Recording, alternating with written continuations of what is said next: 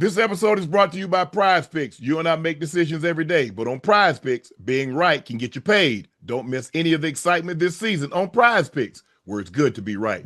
Week 3 of football was entertaining. Those blocked field goals that returned for touchdowns by the both Jets and Eagles were crazy. Jalen Hurts and the offense really showed up too.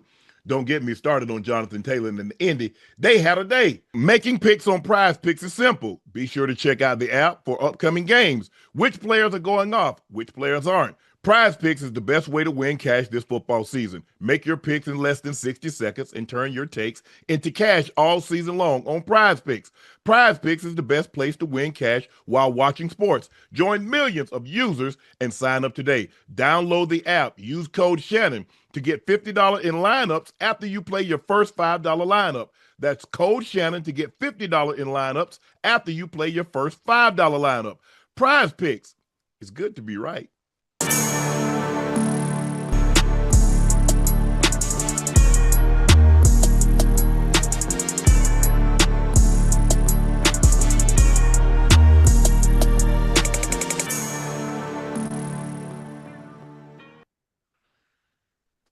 Good evening, ladies and gentlemen, and thank you for joining us for another episode of Nightcap as you watch the Kansas City Chiefs get their first victory by the score of 22-9 over the New York Giants as they fall to 0-3. Y'all know who I am. I'm your favorite Unc, Shannon Sharpe. My partner and co-host, that's Liberty City's own Bengals Ring of Fame honoree, Pro Bowler, former All-Pro. He's Chad Ochocinco Johnson. Please make sure you hit that subscribe button. Please make sure you hit that like button. And do us a favor. Go subscribe to the Nightcap podcast feed wherever you get your podcast from. Ocho and I would like to thank each and every one of you for listening, for downloading, and spreading Nightcap through word of mouth, because thanks to you, we've been able to become so successful. So I want to personally thank you again from the Nightcap family for your support and your continued support. Please make sure you go check out Shea by La Portier. If you cannot find Shea by La Portier in a city or a state near you, order it online. We'll ship it directly to your door. The best tasting premium VSOP cognac on the market. Don't take my word for it. Try it for yourself. Please drink responsibly and stay safe.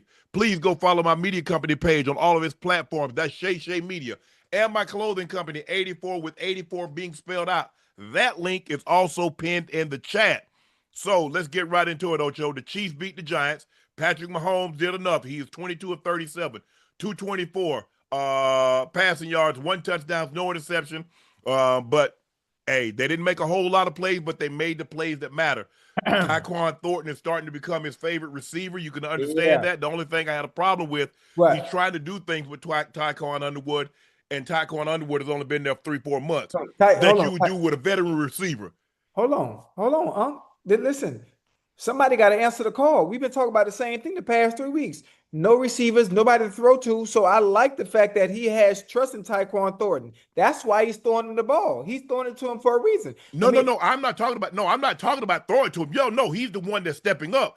I'm talking about he had a play, I think it was third down, and they ran like a smash concept. The guy was in the flat wide open, and he threw it because the guy started coming up that was over him. He saw the guy and one pull up. So he went to him, and Mahomes threw it.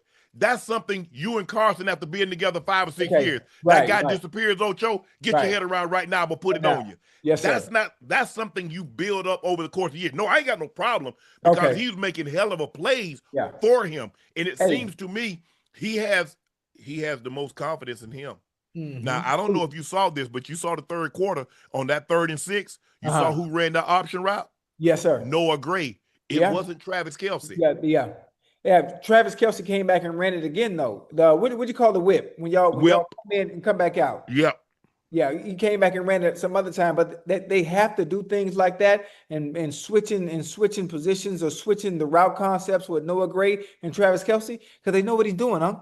They know what he's doing, and most of the time he's getting covered, he's getting frustrated, not being able to get the ball. He got into it with Andy Reid on the sideline again. And I'm probably being frustrated about not putting him in position to make some of the plays or whatnot. But listen, that happens. I mean, that happened. That's a part of football. I mean, Unc, I'm sure knowing you probably haven't gotten into altercations like that with your coaches, but it happens from time to time, especially in sports when a player gets frustrated and they have a relationship with a coach like that. Stuff like that happens. I got a question for you real quick. Yes. You know where Tyquan Thornton is from? Mm-mm. Okay. Baylor. He went to Baylor, I think. He would have, but he from down here in Miami. He from Oh, down. is he? Yeah, Booker T. Washington High School. Yes, sir. Yes, sir. Yes, See, sir. that's And weird. matter of fact, He's coming on strong because hey, he's making plays, and maybe it's because he's healthy. Maybe they're giving him opportunities. yes, But New yeah. England's probably watching this game like we never saw any of that. Oh, but listen, you got to know how to use your players. You got to know how to Yeah, use your players. that's All you what I'm got to saying. do, Yes, you give them the right opportunities and put them in position to make those plays. Hell, goddamn, Mahomes went to him deep, back to back, like it's goddamn 7-on-7. you got to. Like And it's because 7 on he's gonna make a 7. play, he's the only guy that can really make a play on the ball. On Yeah. that last play, Hollywood Brown, you know where the ball is. You stop, let the DB run up your back, get a penalty. Yeah. You don't keep running when you see the ball underthrown, Ocho. Yeah. That's when you slow down, let the guy run over you. They throw the flag. That's what you're supposed to do. These guys have been receivers far too long to make to not understand this at this point of their career. Yeah. Every Like, ball look, I understand, yes, the ball was underthrown, but that's when you help your quarterback out because you know it's underthrown. The DB didn't have his head around. He don't know it's underthrown. Right. So now if you slow down, his momentum is going to run over you, and the official's going to throw the flag. But I like Tyquan Thornton. He's trying to high point the ball. He's trying to make plays on the ball. But it was Ocho. The first half, this was terrible. This was a terrible game to watch. I was like, damn. It was a snooze fest. Yes. It was the snooze fest, honestly. And I don't know at what point. I like that Tyquan Thornton showed up tonight. Obviously, Mahomes is probably going to continue to target him because he's built up trust. He's built up trust with him. Yes. And Tyquan, I know you're going to see this. When opportunities like this present themselves and the door opens, close that motherfucker behind you, please. Close it behind you because you can get you as the season continues to progress. They're going to find ways and put you in positions to make plays based on what you're able to do tonight. You're absolutely right, Ocho. And that, like I said, sometimes Ocho, it's a situation where you have a quarterback, and you have a system that's conducive to what you do. They let him stretch the field. He ran 4-2. You just can't run him on stop routes. You just can't run him on comeback. Send him down the field on the 9 ball. Send him on the field on the deep post. Send him on a far cross. And so maybe he's just getting an opportunity. Maybe he's healthy. Maybe he's dealt with some injuries in New England. Whatever the case may be. But he's been a bright spot for the Kansas City Chiefs. Offensively, it's still and Mahomes, it's not like Mahomes is playing great. He's missing some throws too now. Because I don't want people to say, well, I understand. Yes, he doesn't have the elitist of receivers, but he's missing some throws that he normally would make. And we're not used to seeing that. We've gotten accustomed to seeing, every year in the AFC Championship game and the great throws and all these touchdowns and the MVPs. He hasn't played well. Yes, he hasn't played well. Defensively, they did an unbelievable job tonight. Held him to what, 9 points? Matter of fact, not only holding the 9 points, and this is I'm not calling Spags. I'm not calling Spags Bill Belichick by any means, but Spags does a wonderful job when he goes into a game and they say, you know what, we taking Uno away, we taking number 1 away. He's not going to beat us. Matter of fact, based on what he did last week against the Cowboys, he's not catching any deep balls or being productive and being a reason why the Giants even have a chance to win this game. And Malik Neighbors did a hell of a job for 1, not getting frustrated, 2, not cutting up on the sideline. Because Spags, no matter what, you are not going to beat us tonight. No, I don't. I'm not going to run the same defense. I just want to shut him out in the first half. Right. But see, what I want to do is take away early. Yeah. Because now once I take you away the first half, now you're not in a rhythm. I need to touch the ball. The football needs to touch my hand, Ocho, early in order for me to get into a rhythm, in order for me to feel like I'm being a participant in this ball game, and that you guys believe that I can help you win the game. Right. Now you spread it all around, and you we're gonna spread the ball around, and then you come late third, fourth quarter. Hey, what you got, Ocho? I ain't got nothing, but I had a lot in the first half. I ain't got nothing now. Hey, that's one of the worst feelings. You're gonna tell me I know. I don't think people understand. You go into a game plan, you practice Wednesday, you practice Thursday, you practice Friday. You look at the first team scripted plays, going to the game, you feel about yourself. Okay, I got a chance to get the ball here. Yeah. Okay, I like this play here. I'm glad we got this dialed up. You get into the game, You well into the third quarter, you ain't touched the ball yet. Like, I mean, hello? If I'm not mistaken, Malik Neighbors did catch the ball to the third, fourth quarter. Fourth. I think the fourth. Like, come on, Unc. He had there running the Boston Marathon. Hey, got some great cardio. I don't need to come in. I don't need to come in on Monday and run the soreness out. I got my soreness out, and that's the thing, Ocho. Then you come out late third quarter. Hey, keep your head in the game, man. I'm thinking about what I'm gonna order tonight for dinner, man. You talk about this game, man. Y'all done bull jive me all day, and now y'all gonna talk about keep my head in the game, man. I'm thinking about this grilled chicken and rice from Black Eyed Peas, these rolls with honey butter. Man, I'm done with y'all. Y'all done tried this bull jive all day. Ocho, we done go Wednesday, Thursday. Hey, it's my time to take a break and the backups to come in, Ocho. Hey, 84, we want this. Hey, this gonna be your play. Got me all geeked up. Man, it comes Sunday, y'all pull this bull jive, man, please. Man, y'all better get out my face before I start cursing everybody out. Hey, it's so funny because I can envision it because I've been through it. Yeah. Do it. Oh my goodness, man. And then you just realize, like, hey, man, you know what? It is what it is. It was the games that I did not like the week of practice.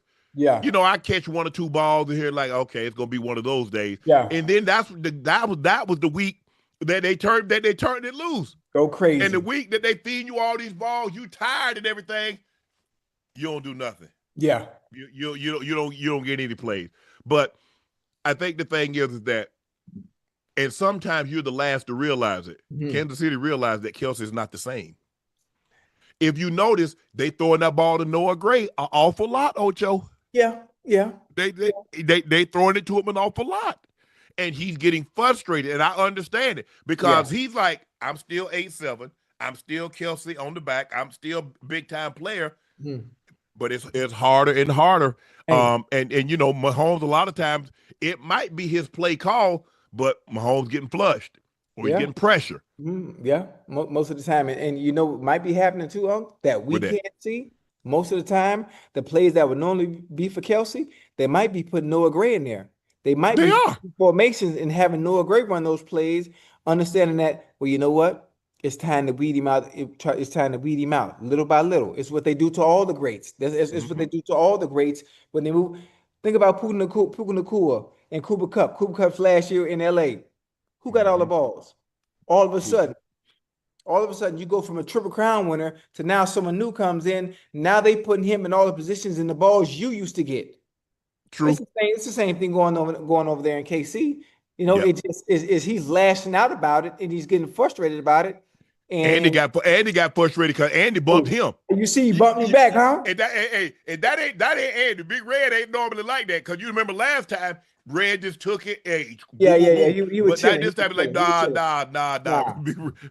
Red said, I ain't going for this. Nah, not today. But they needed they needed this. No, me honestly, I've never gotten into it. You know, I've always tried to be mindful, knowing the cameras are on, Ocho. Oh, yeah. You know, if excuse me, if I got a problem with my position coach, with my offensive coordinator, Matt Cavanaugh was my offensive coordinator, you know, hey, I will see y'all on Monday.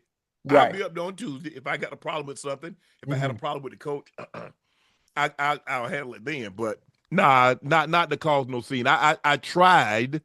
And I was really good at that, of not causing a scene with my coaches on the sideline, understanding who I was, and it was going to be, even if it was nothing, it was going to get blown up to be more than actually what it was. So let me just try to be, you know, discretion is the best part of Val, and keep it down. And then behind closed doors, I'll say, hey, bro, I need y'all X, Y, and Z. But I've tried, I tried to do that. And when guys would get upset, it's like, bro, hey, there's going to be a time and a place for all that. Let's get behind closed doors, and then we can have that. You can have that discussion, or we can have that discussion. But it's not always like that, Ocho. Sometimes sometimes that thing just spills out. You just got so frustrated. Enough of this bull jive. Now, have I thrown my helmet? Absolutely. Yeah. Have I thrown my helmet before? I think I've done it in practice. And on a Sunday on the sideline, I wouldn't do that. And I've always had coaches. I'm not saying Hugh Jackson was like Mike Tomlin, but I respected him so much. Yeah, Hugh Jack. I can't. I can't. Yeah, It just wouldn't feel right. You right. know what I mean? Yep, I It wouldn't understand what feel you right. mean. Uh, Ocho, Yo, we're gonna talk about this a little later. But all what? I know Huh? is Daniel Jones looking real. Indiana Jones looking Hey, good. hey, boy. What I told you yesterday, This reminds me. This reminds me. Baker Mayfield in Cleveland. I'm gonna tell you again. Sam Darnold in New York, not being in the right system, not having the right pieces around you, and all of a sudden getting to a team. Well, goddamn, I could deal with this. Okay, this fits me. Matter of fact, they actually want me. Mm-hmm. Unfortunate circumstance because they didn't believe in Anthony Richardson. But oh, I'm in the right place now. Now look at me. Oh, it's no problems. We Danny Dimes. He dishing, he running. I mean, the Colts look good. My surprise team this season was the Bears and the Panthers. Well, the Bears and the Panthers won today. Outside of the first 2 weeks, it looked abysmal. But Yeah, hell, I should have put the Colts in that. you should I have. should have put the Colts in a group of teams that are going to surprise people this year because they going crazy. They look really good. He got a good group around him. They got a very decent offensive line. I Yeah. think the thing is, Ocho, New Mhm. York, you and I both know we've never played in New York, but we understand the media, the scrutiny that comes along with playing Yeah. in New Yeah. York. And he struggled early, Hmm. and then he had that one season. He gets the contract and he Yeah. struggles again. Yeah. Yeah. And it's hard. I mean, it's hard. It's hard to be hard of hearing, Right. and because they write what they write. Oh, And even if you don't see it, somebody you know did see yeah. it, and they send it to you or they tell you about it, Yeah. and it gets hard. He's in Indy now, Yeah. Yeah. and I think the biggest thing is, Ocho, he doesn't have the expectations. Where you're the top pick, and Hmm. you going in New York, Hmm. he was supposed to be the savior, Yeah. Yeah. and Oh, so when it doesn't happen, hey, that's the wrong place they have to be the savior, in New York. yeah, for sure. Hey, hold on, with them tabloids, Hmm. with them newspapers. With that fan base and the Oh man, expectation, that's the Giants. man, They've please, been boy, playing football since the 20s. man, please. And They don't play. Their expectations are very, very high. Very high. uh And then to be the quarterback too, to be quarterback number one in New York, whether it's the Jets or the Giants, you got to have thick skin. yes, You got to have very thick skin and have everything going one ear and out the other. Eli Manning was really good at it. yes. He was really, really good at it. Ocho, it's about time for us to have this discussion. What happened? What happened? Russ. Oh, You know it's coming. hold on, You man. know it's coming, Ocho. You know it's coming too. Hold on, man. Hold on now. Come on, man. Come on, man. Hey, we talk about God's child now. Hey, Talk about God's child. look like God like Jackson. God might be favoring Jackson Dart more now. Nah, I don't know. I But don't know. Ocho, but when you think Hey, about it, Ocho, yeah, you know when they start putting that quarterback in there and giving him plays, you yeah, know yeah. it's only a matter of Hold time. on. They did that. They did that week one. Now they did that week one too. They had small packages for him Okay. just to get him acclimated, get him in. Have you seen their schedule? It don't get no easier. Hey, they It got don't. It the don't Eagles. They got the Eagles twice. They got the Broncos, the Chargers. The only game that looks like it might be winnable, right. but it's on the road, Uh-huh. is the Saints. Well, hold on. Wait a minute. Hold on. They're going into a gauntlet of very difficult games. They got the Eagles Yes. twice, right? The Saints might be the only winnable game. Would you want to make a switch to Jackson Dart and put him under fire against the Hey, Sharks you're getting ready to go against? The Eagles defense? Man, man, don't kill a kid confidence already. This ain't the preseason no more. I This is not the understand that. preseason. And you understand the way teams are gonna dial up defenses. You with a rookie quarterback, what's the first thing they're gonna do? Oh man, send the house at him. Confusing. The, the, Confusing. the, the question is, how long can he keep the natives at bay? The fan base, the Yeah. team. How long can he keep them at bay, Ocho? Because Uh, you took this guy in the first round, and yeah. everybody saw how well he played in the preseason. Forget that it's not the regular season. People don't care about that. They saw Right. what he did in the preseason, Right. and They so it offered them hope.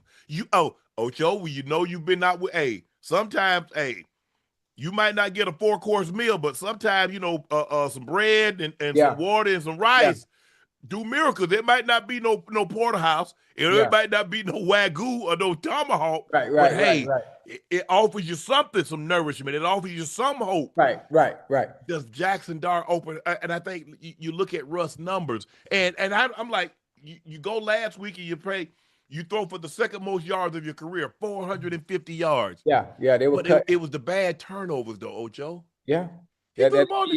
That a key every time. Yes. Well, boy, obviously that turnover towards the end of the game that went high. I think he was trying to throw the corner out to Neighbors. Remember, he got Yeah. hit. He got Yeah. hit. So it still goes on. It still is You go, credited as an interception by him. But other factors go into those things. yeah. I think how many more weeks you give them before they make a change? What you think? Well, me and you had a bet over under 8. I said it's gonna be under 8. You said it'll be over. Yeah, So I'm sticking with my under. I think they make a quarterback change. Chad and I'd be interested to know week what you 8. guys think, but I think it's gonna be. I definitely think it's gonna be under 8 weeks before they're gonna make a change, Ocho. Damn, man. Hold on. I need my chapstick, but my lips feel like powdered donuts. It's gonna be very interesting. I think look,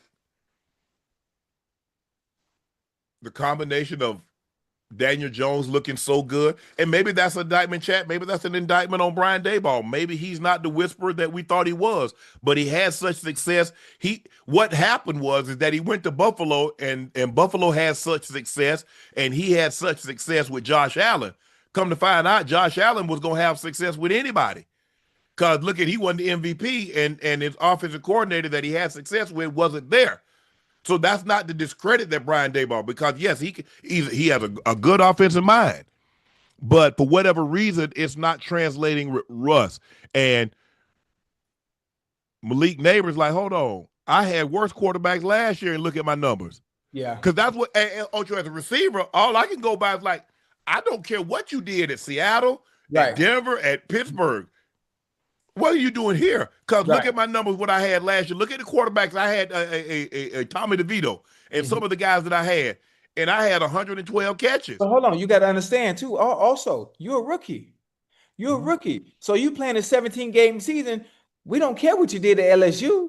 The coordinators ain't finna respect you. You're gonna have to prove yourself to us before we give you the kind of attention you get now. See, it's different now. One of the testaments that makes a great receiver is not what you do your rookie year, is being able to do what you do week in and week out when they know you're coming. Well, you've arrived now.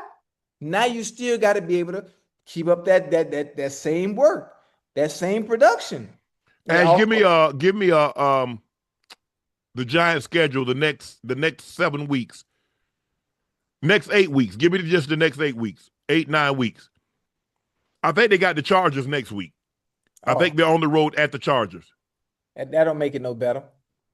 That don't make it no better. But yeah, Chargers look good again. You're definitely right, Ocho. They got their work cut out for them. Yeah, they got their work cut out for them. Philly, they got Philly in a span twice in the span of a month. Damn. She put it up. Hold on. Guys, I want to read you their schedule. Oh, here it is. They're at the Chargers next week. Then they're at the Saints. They're home against the Eagles. At the Broncos. At the Eagles. So they got the Eagles in a span of 3 weeks. They got the Eagles. So here's their schedule: Chargers, Saints, Eagles, Broncos, Eagles, Niners, Bears, Packers, Lions. Ooh. Man, who the hell gave them that schedule? I'm not talking about the division games. I'm talking about outside of that. Hey, that's nasty work. For sure. Whoo, next 5. So the Chargers, Saints, Eagles, Broncos, Eagles. That's the next 5 weeks, Ocho. They probably listen. I give them. They could beat the Saints and they could beat the Broncos. So I give them 2 games out of that little gauntlet right there. Okay, beat the Broncos and beat the Chargers. I'm just saying. The Eagles beat the Rams by the score of 33-26. The last time the Eagles blocked 2 field goals in a single game, September 21st, 1975 against the Giants. 50 years to the day, history repeated itself, though this time it was a walk-off winner. The Rams looked to be like world beaters through the first half, Ocho. The Eagles managed just 33 yards, including -1 passing in the first half, their lowest output since 2015. However, the Eagles roared back, scoring 26 unanswered points. And in the end, the Eagles managed to pass for more than 200 yards. The Rams, 196. I think the Rams only had 33 yards in the second half. The Rams fell apart in the game, and the weak secondary was a big reason why. This is what the Eagles are going to have to do, Ocho. Teams are not going to let Saquon beat them. Hey, they're not going to let Saquon beat them. Yeah, and okay, go ahead. Go ahead. Go ahead. I want to hear what you want to say. But go ahead. I was so excited. I was so excited watching this too. At the half, everybody talk about, oh, he got negative, whatever it may be. He might have been 4 for 8 for 17 yards. My tweet at 2:18 at the half was, Jalen Hurts will be able to prove himself with this arm this game, and that makes me happy so he can quiet the doubters. Being behind at the half can be a good thing. And I knew Petula was going to have to come out, stop running the ball, stop playing safe, because you're able to lean on the run to be able to throw when you want to, because Jalen Hurts can do what you ask of him when need be. And I knew in the second half, they didn't have a choice but to put the ball in the air. Correct. Jalen Hurts can do that. The same way they did against the Chiefs. The Chiefs said, Spags say, we not letting Saquon beat us in the Super Bowl. What did Jalen Hurts do, Unc? Went to his what? He threw it. He threw it. So people thinking I'm Nostradamus or I'm this damn prophet because of what I said, because they was down 19 or whatever they was down to half. But I knew it was going to happen. The defense is already good enough. The defense is already good enough. All they have to do, and Petula have to call plays for AJ goddamn Hercules Brown and Devontae small man Smitty. And you're going to be all right. Slim Reaper. Just get him the ball. It's not that hard. It's not that hard. It's simple. Hurts was 21 of 32, 226, 3 touchdowns, no interceptions. Saquon was 18 rushes, 46 yards, but it was A.J. Brown in the second half. He had 6 catches for $109 and a touchdown on 10 targets. Devontae Smith had 8 for 60 and a touchdown. I have a question, Unc. Yeah, go ahead. How come, and it's so funny, in the second half, I came back and I followed up on a tweet and said, listen, I told y'all what Jalen Hurts was going to do, but Petula called a great second half. And then all the people, all the Eagles fans like, man, Petula ain't called nothing. Jalen Hurts was calling them plays. I mean, listen, give the offensive coordinator credit. Give him credit. Y'all don't like his play calling. You didn't like it this week. You didn't like it the week before, but they continue to win the games. That was his play calling. I think now he can trust Jalen Hurts to be able to do something a little different outside of what they normally do. Matter of fact, open up the goddamn game with the pass. Why can't you play the second half in the first, like you did the second half in the first half? Or why not play like that all 4 quarters? It'd be interesting. You ask yourself, like, why we don't do that? Sometimes you're in desperation.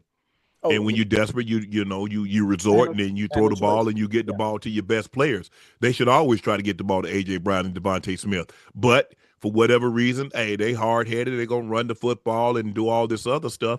And then when the rubber needs to meet the road, you got 2 playmakers. You're like, you know what? Let's go ahead and put the ball in our playmakers' hands. Yeah. And they did that today, and it was beneficial. Devontae Adams would love to have one of those balls back. He had Blankenship beat again for a touchdown, and he let it slide through. Yeah. And, it got blocked. And the kicker, you kicked it low the first time, they blocked it. You kicked it low again, and they blocked it again. Yeah. I don't know if he kicked it low, but he got so much push. I was like, damn, Jordan Davis was damn near in his lap. You also, Unc, you got to think, depending on how far back they were for the kick, you got the choice but to hit it low. Because you hit it high, you're not going to get the distance. But the thing is, I don't think it was but like a 40-something yard kick. It might have been 45 yards. With the kicker leg today, Ocho, that should be that's a chip shot. Yeah. You remember back in the day, at 25 yards, that's a chip shot.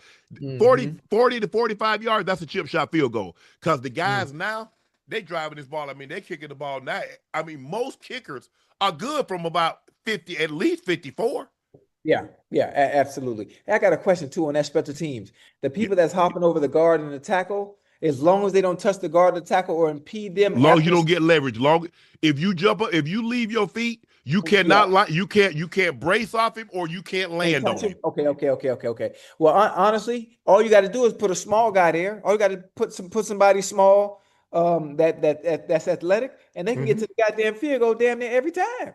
Well, what they did is they looked like they lined the two Georgia boys up next to each other, and they just rooted the guard up out of there. They drove him back, and Right. Jordan Davis got his hands up. He blocked Yeah. it. It's Yeah. rare that you see the guy that block it is able. Mhm. That lets you know how far, just how much penetration he got. Okay, Because yeah. not only did he block it, he scooped it up and Scooped it ran up it back. and ran it Normally, back. the Yeah. guy that blocks it, Ocho, is one of the wings or Yeah. somebody like that that's coming around the edge. Yeah, He with got no so speed. much penetration. Not only did he block it, he scooped and scored, and he was Mhm. running too. Yeah. Oh, he was moving, wasn't he? They Hey, say he ran almost 19 miles an hour. Jordan Davis about what 300 pounds, ain't he? No, he probably about 320, 325. Because Okay. at one point in time in Georgia, but he lost weight Yeah. because he knows in order for him to make the money that he wants to make, Oh he yeah. can't Yeah. just be he just can't be a one down, two down player, I'm first and not. second. Yeah. Now he's turned himself into a three down player. Yeah. Now they leave his ass in there on third down. He can collapse the pocket. He can sack the quarterback. Mhm. Now he's like, hey, Eagles, y'all gonna pay me or somebody gonna pay me because I want some big bucks and no whammies. Right. I love to see that for the young man because he's still a huge man. Yeah. But now he's got himself in condition that he can play more than 20, 30 snaps a game. You see the difference here. And if I'm Big Dez, because reports are that Tampa Bay is thinking about bringing Dez back. If Wait, I'm Dez, I thought he I came back. well, he might be. Yeah, I was reading that he he might be. came back. He came back. But if I'm Dez, I reach out to Jordan Davis and say, man, what you do, man? Right. Because man, you lost like 40, 50 pounds, man. What you do? Mm-hmm. How you do that? Yeah. And because Jordan Davis said, you know what? I just don't want to be a two down player. And two down players don't make as much money as three down players. Right. And I want to make as much money as I possibly can. I'm in a great situation and I want to get paid. And the young man is playing his ass off. He's rushing the passes. We know he can stop the run. Yeah. He's a mammoth of a man. But now he's turned himself into a three down player, Ocho. The sky's the limit. But the Eagles score 26 unanswered points and they come back and win the ball game by the 29 20 27 26. Yeah. Yeah. Hey, listen, that's what a top 5 quarterback does. That's The what a Eagles top 5 quarterback does. The stats are cool. Numbers are cool. Mhm. It looks good. But like Unc say, when the rubber meets the road and you need something done, like coming back, like Batula and Jalen Hurts just did in that second half. Yeah. I mean, that's what a top 5 quarterback does. Ocho, I'm just you saying. see what happened on the tush push. The guard left early again. Yeah. They got to get their timing together. They got to get their timing together. They got to get time, and the officials got to call it. Oh, they didn't call it today. No, they didn't. Okay, and the guard was clearly gone. Oh, I was listening with no sound. There wasn't no sound where I was at. Yeah. Yes. Because the guard is moving early. Yeah. And it's already an advantage because you get to aid the runner. Mm-hmm. But in that situation like that, I think they're gonna end up banning it. The tush push? Yep. And I don't think it has anything to do with being the risk for injury goes up. Right. Hell, the risk for injury is there on every damn play if you're offensive defensive lineman, because that's all y'all do is bang. We get to take a play off. Hell, if it's a run the other way, we can run off or we can just pretend like we trying to cut you off. Yeah. When you're an offensive defensive lineman, you bang every damn play. Yeah, pause. But Ocho. A week after the Giants, Russell Wilson threw for 450 yards and 3 scores. Caleb Williams lit up the Cowboys secondary for 4 TDs. 5 touchdown passes against Dallas, has allowed of 25 yards or more, leads the NFL. Caleb Williams is the first player with 225 plus passing yards and 3 or more passing touchdowns in any half this season. Jerry Jones still believes the Cowboys are a playoff caliber team despite the 1-2 start. Okay, they can't get up. They can't get to the quarterback. I told you about Caleb Williams. All y'all that was talking trash about him, I told you, give him some time. Give him some time. It's year 2. Ben Johnson just got there. Allow the creativity to set in. It's like your first date, Unc. When you go on your first date, you got to get to know each other. You got to find out what each other like. I got to understand what you can and what you can't do. Okay, you like this? Okay, this works. Okay. You want me to open the car door for you? Okay. Boom, you want me to order first? Okay, I'm going to wait till your food get here. Like all the little small things, all the little tiny nuances, Unc. And then when it all comes together, it starts to mesh. It's a beautiful thing. It's a beautiful thing. Because today, it was a beautiful thing, Unc. Every trick play worked damn near. The running game worked. Caleb Williams was accurate. He was sharp. Eyes down the field the whole time. I mean, it was beautiful. And most people say, oh, relax. They was playing the Cowboys. Oh, relax. They was playing the Cowboys. Hey, well, that's Jerry's fault. He let one of the best pass rushers, if not the best pass rusher, go and said his team got better. He said his defense got better. Well, based on what we saw today, I think that might have been a lie. CeeDee Lamb, I hope you're okay, boy. Yeah, I knew that was bad. Okay, it looked like a high ankle sprain because Yeah. I've had mine roll like that inside. Whew, that thing hurt. That thing hurt. Caleb Williams was 19 of 28, 298, 4 touchdowns. It was unbelievable. Luther Burton III, 3 catches, 101, 1 touchdown. Rome Odunze, 3 for 62, touchdown. DJ Moore, 4 for 21, a touchdown. But as a Cowboy, y'all not gonna win the game with 4 turnovers. Who y'all think y'all gonna beat with Dak throwing 2 picks, Milton throwing a pick, and then Javonte Williams had the guy just take the ball out of his hand from behind? Hey, that was a good play too, though. Hey, hell of a play. Hell of a play. Hell of a play. Hell of a play. It was. It absolutely was, Ocho. That was a really good play. It might be a long season for the Cowboys. Yeah, I mean, I could have told you that. I could have told you that when the man want to be in the goddamn front of the camera all the goddamn time. They better hope. Coach, let the players play. They better hope CD come back soon. They better go CD come back ASAP. Little high ankle sprain, he may be out for a week, maybe a week. If that. Because the thing is, Ocho, man, look, you're a receiver, bro. You got to be full speed. You can't be hobbling. No, at all. You can't. You can't. And especially he'll slot. So you got to be able to plant, stop, cut, change direction. Yeah. You got to be able to do all that. And that's his bread and butter. That's his bread and butter too, huh? Yak. Yep. Yeah, I mean, being able to get the ball and react, change directions, lateral movement, all that. So, I mean, I give him maybe a week. I think he'll miss a week at most. And guess what happened today? What? They kept Caleb Williams clean. He didn't get sacked.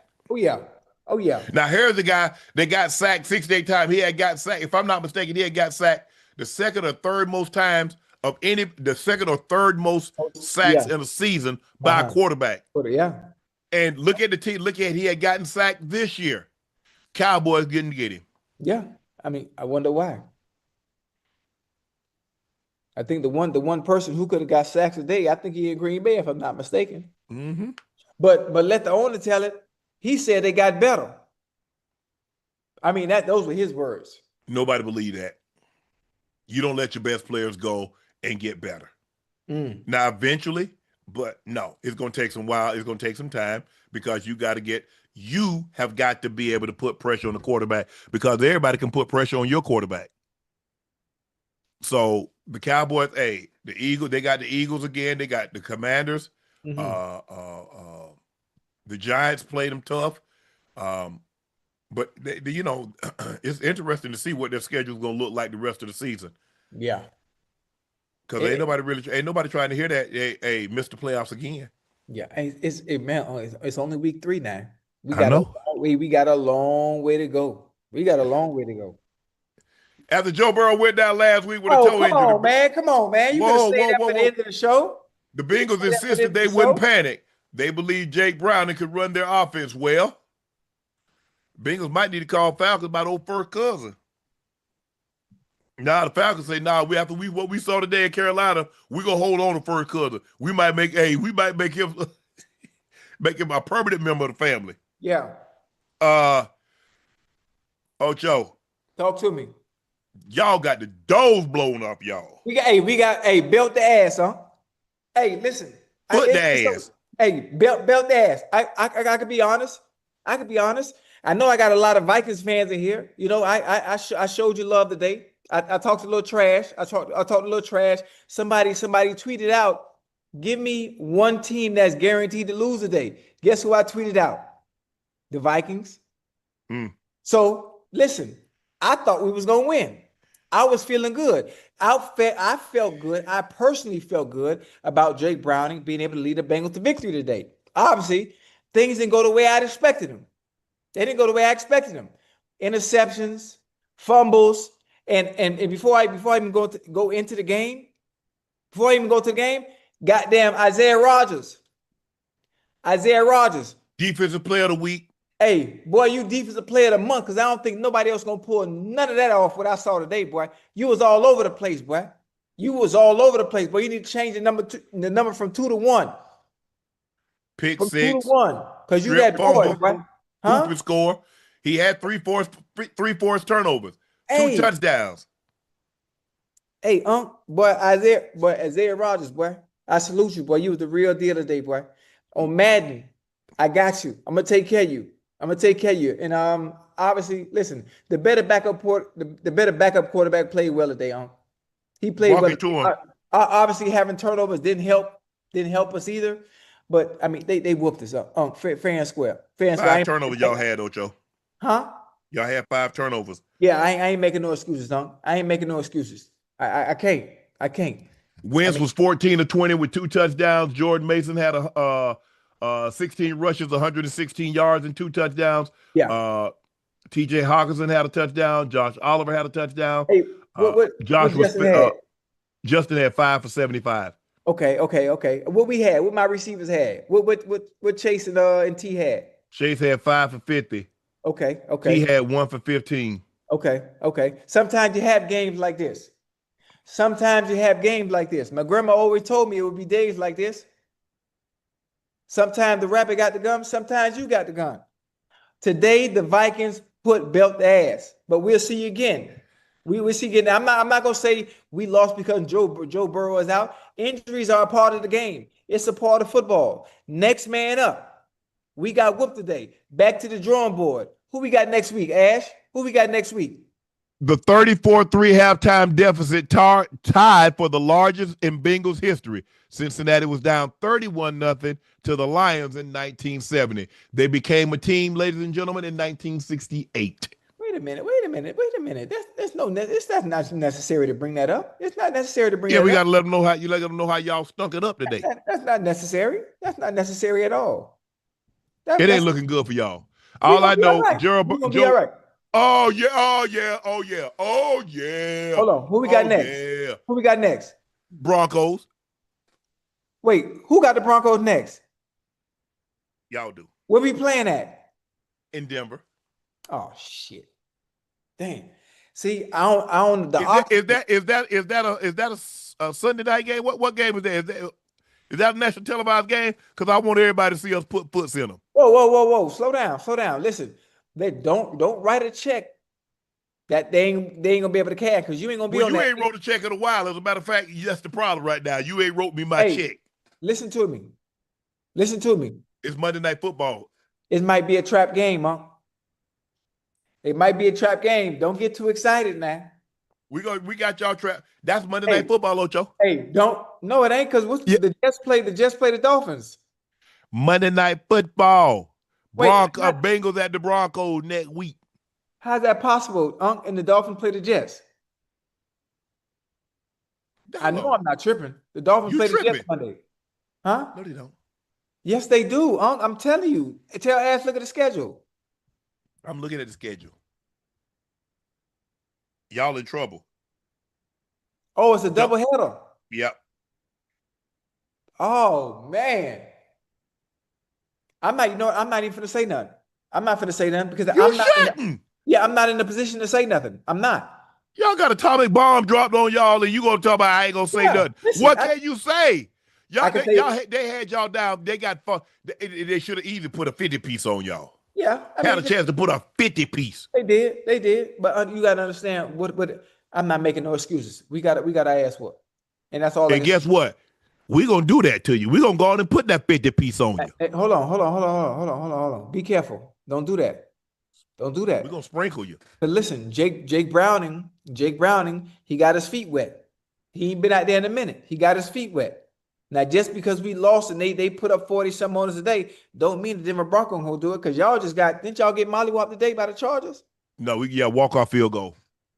Hey, didn't y'all get mollywopped by? If your team lost today, you shouldn't be able to say foot or ball while you sitting here talking about my Bengals and y'all lost who?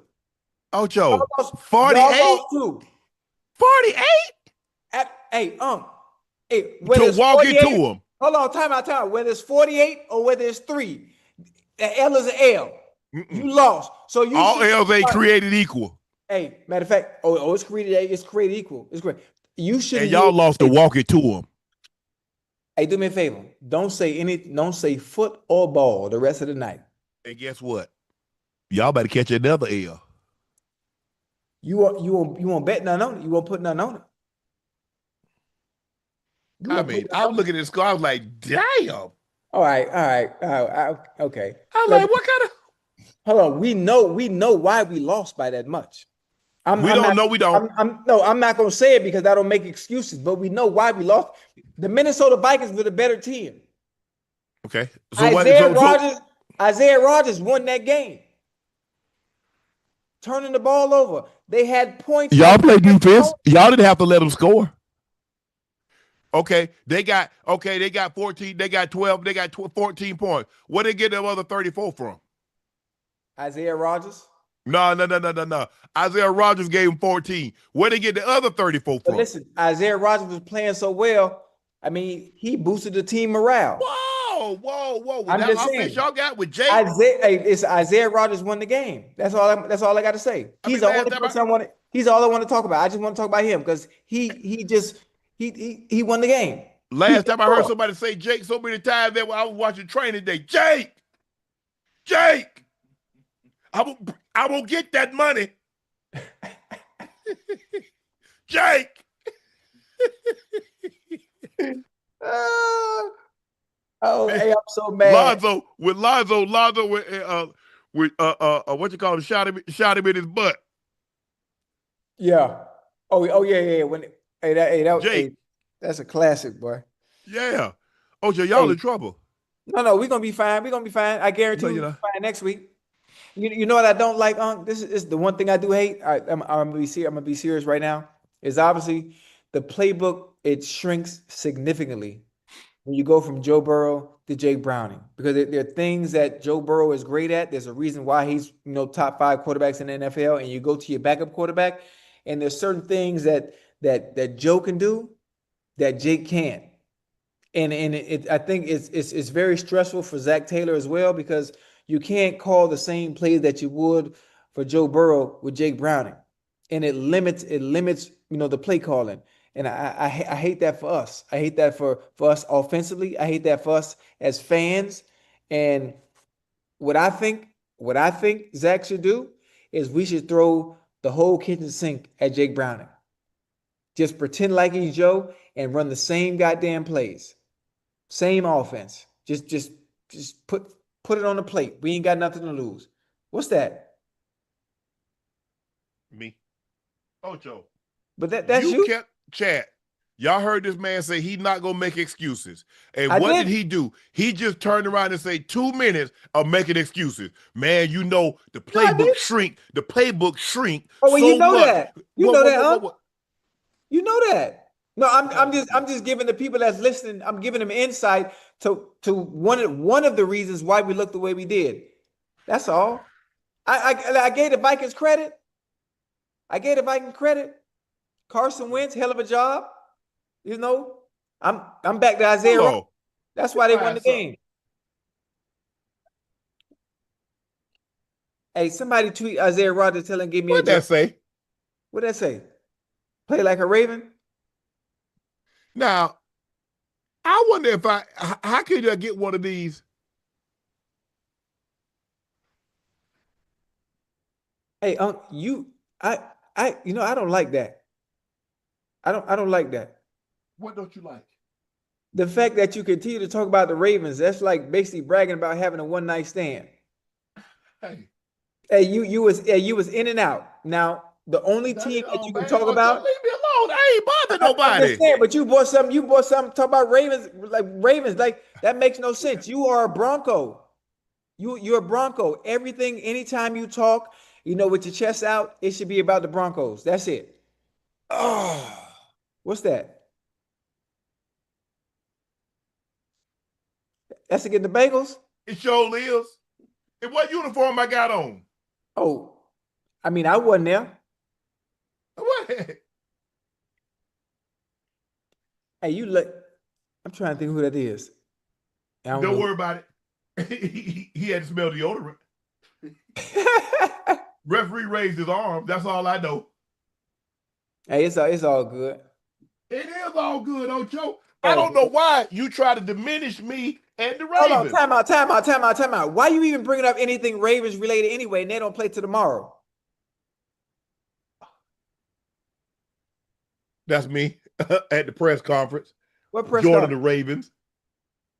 I'm trying to. Why you trying to deflect? The Broncos got belt to ass tonight. The Broncos lost, The Broncos lost to the Chargers. What happened? Let's talk about Bo Nix. Let's talk about Sean Payton. We talk about L. Jack and Derrick Henry They don't play till tomorrow. and Zay Flowers and Rashad Bateman. Oh, so you don't want to talk about your Broncos losing, huh? Uh, You don't want to talk all about I your know Broncos. is, I tell you what, we won't lose next week. Bet that. Oh, you said bet. How much you want to bet? Hey, Ocho, let me ask you a question. What's up? You keep on talking about Jake. Did y'all have y'all backup defense in too? Nah, that was our starting defense. What? It gave up 48? Hold on. Well, they was tired because they had to keep coming at. They had to keep coming on the goddamn field because we kept turning the goddamn ball over. Whoa. So, They couldn't so even I get guess no break. Hendrickson. They couldn't even Did, get no rest. We turned the ball over 37 times. What you think gonna happen? hey, hey, Jordan, can you give me some Visine? I need to get this care out my eye.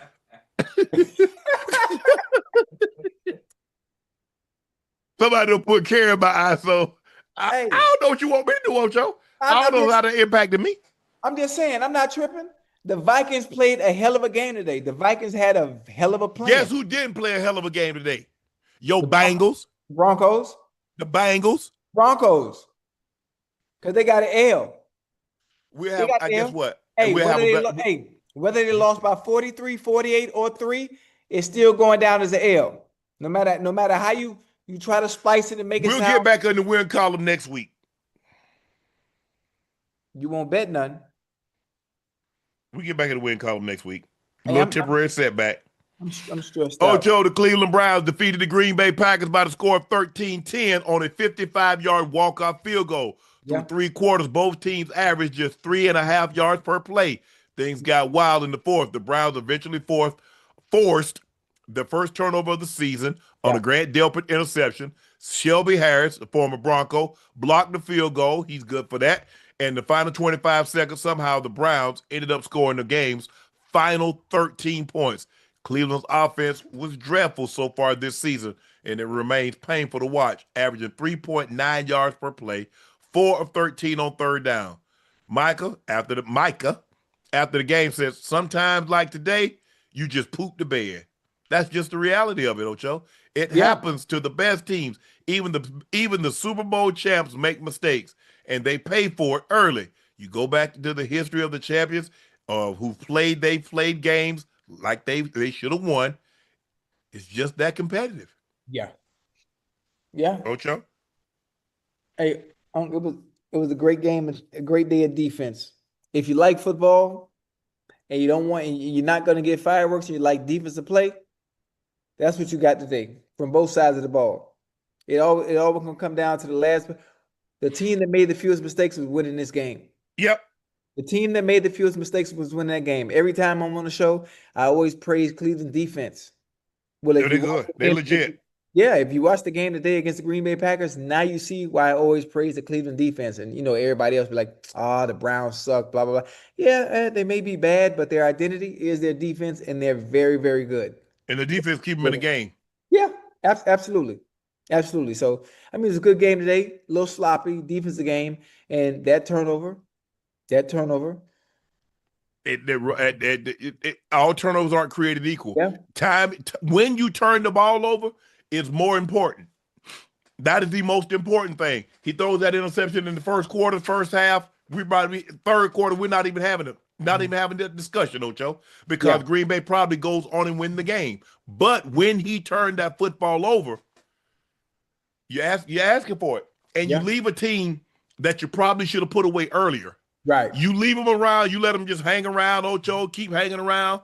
Hey, dog keep hanging around the house. You feed him pretty soon. You know what? He gonna feel sorry for me sooner or later. He'll throw me a scrap or two out here. He ain't gonna just let me just keep coming in here and see me. Green Bay, y'all just let him hang around and say, you know what? He gonna mess around and toss us one in the Rick. Hey, I'm sure the decoy they say, hey, y'all keep doing what you do. Keep playing. He'll give us one.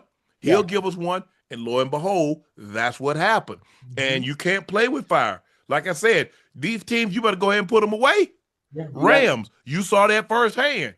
You better go ahead and put these teams away. Yeah. Because if you don't, you're asking for trouble. And that's what happened today. Cleveland won a game they probably should have lost. But, and Michael's right. But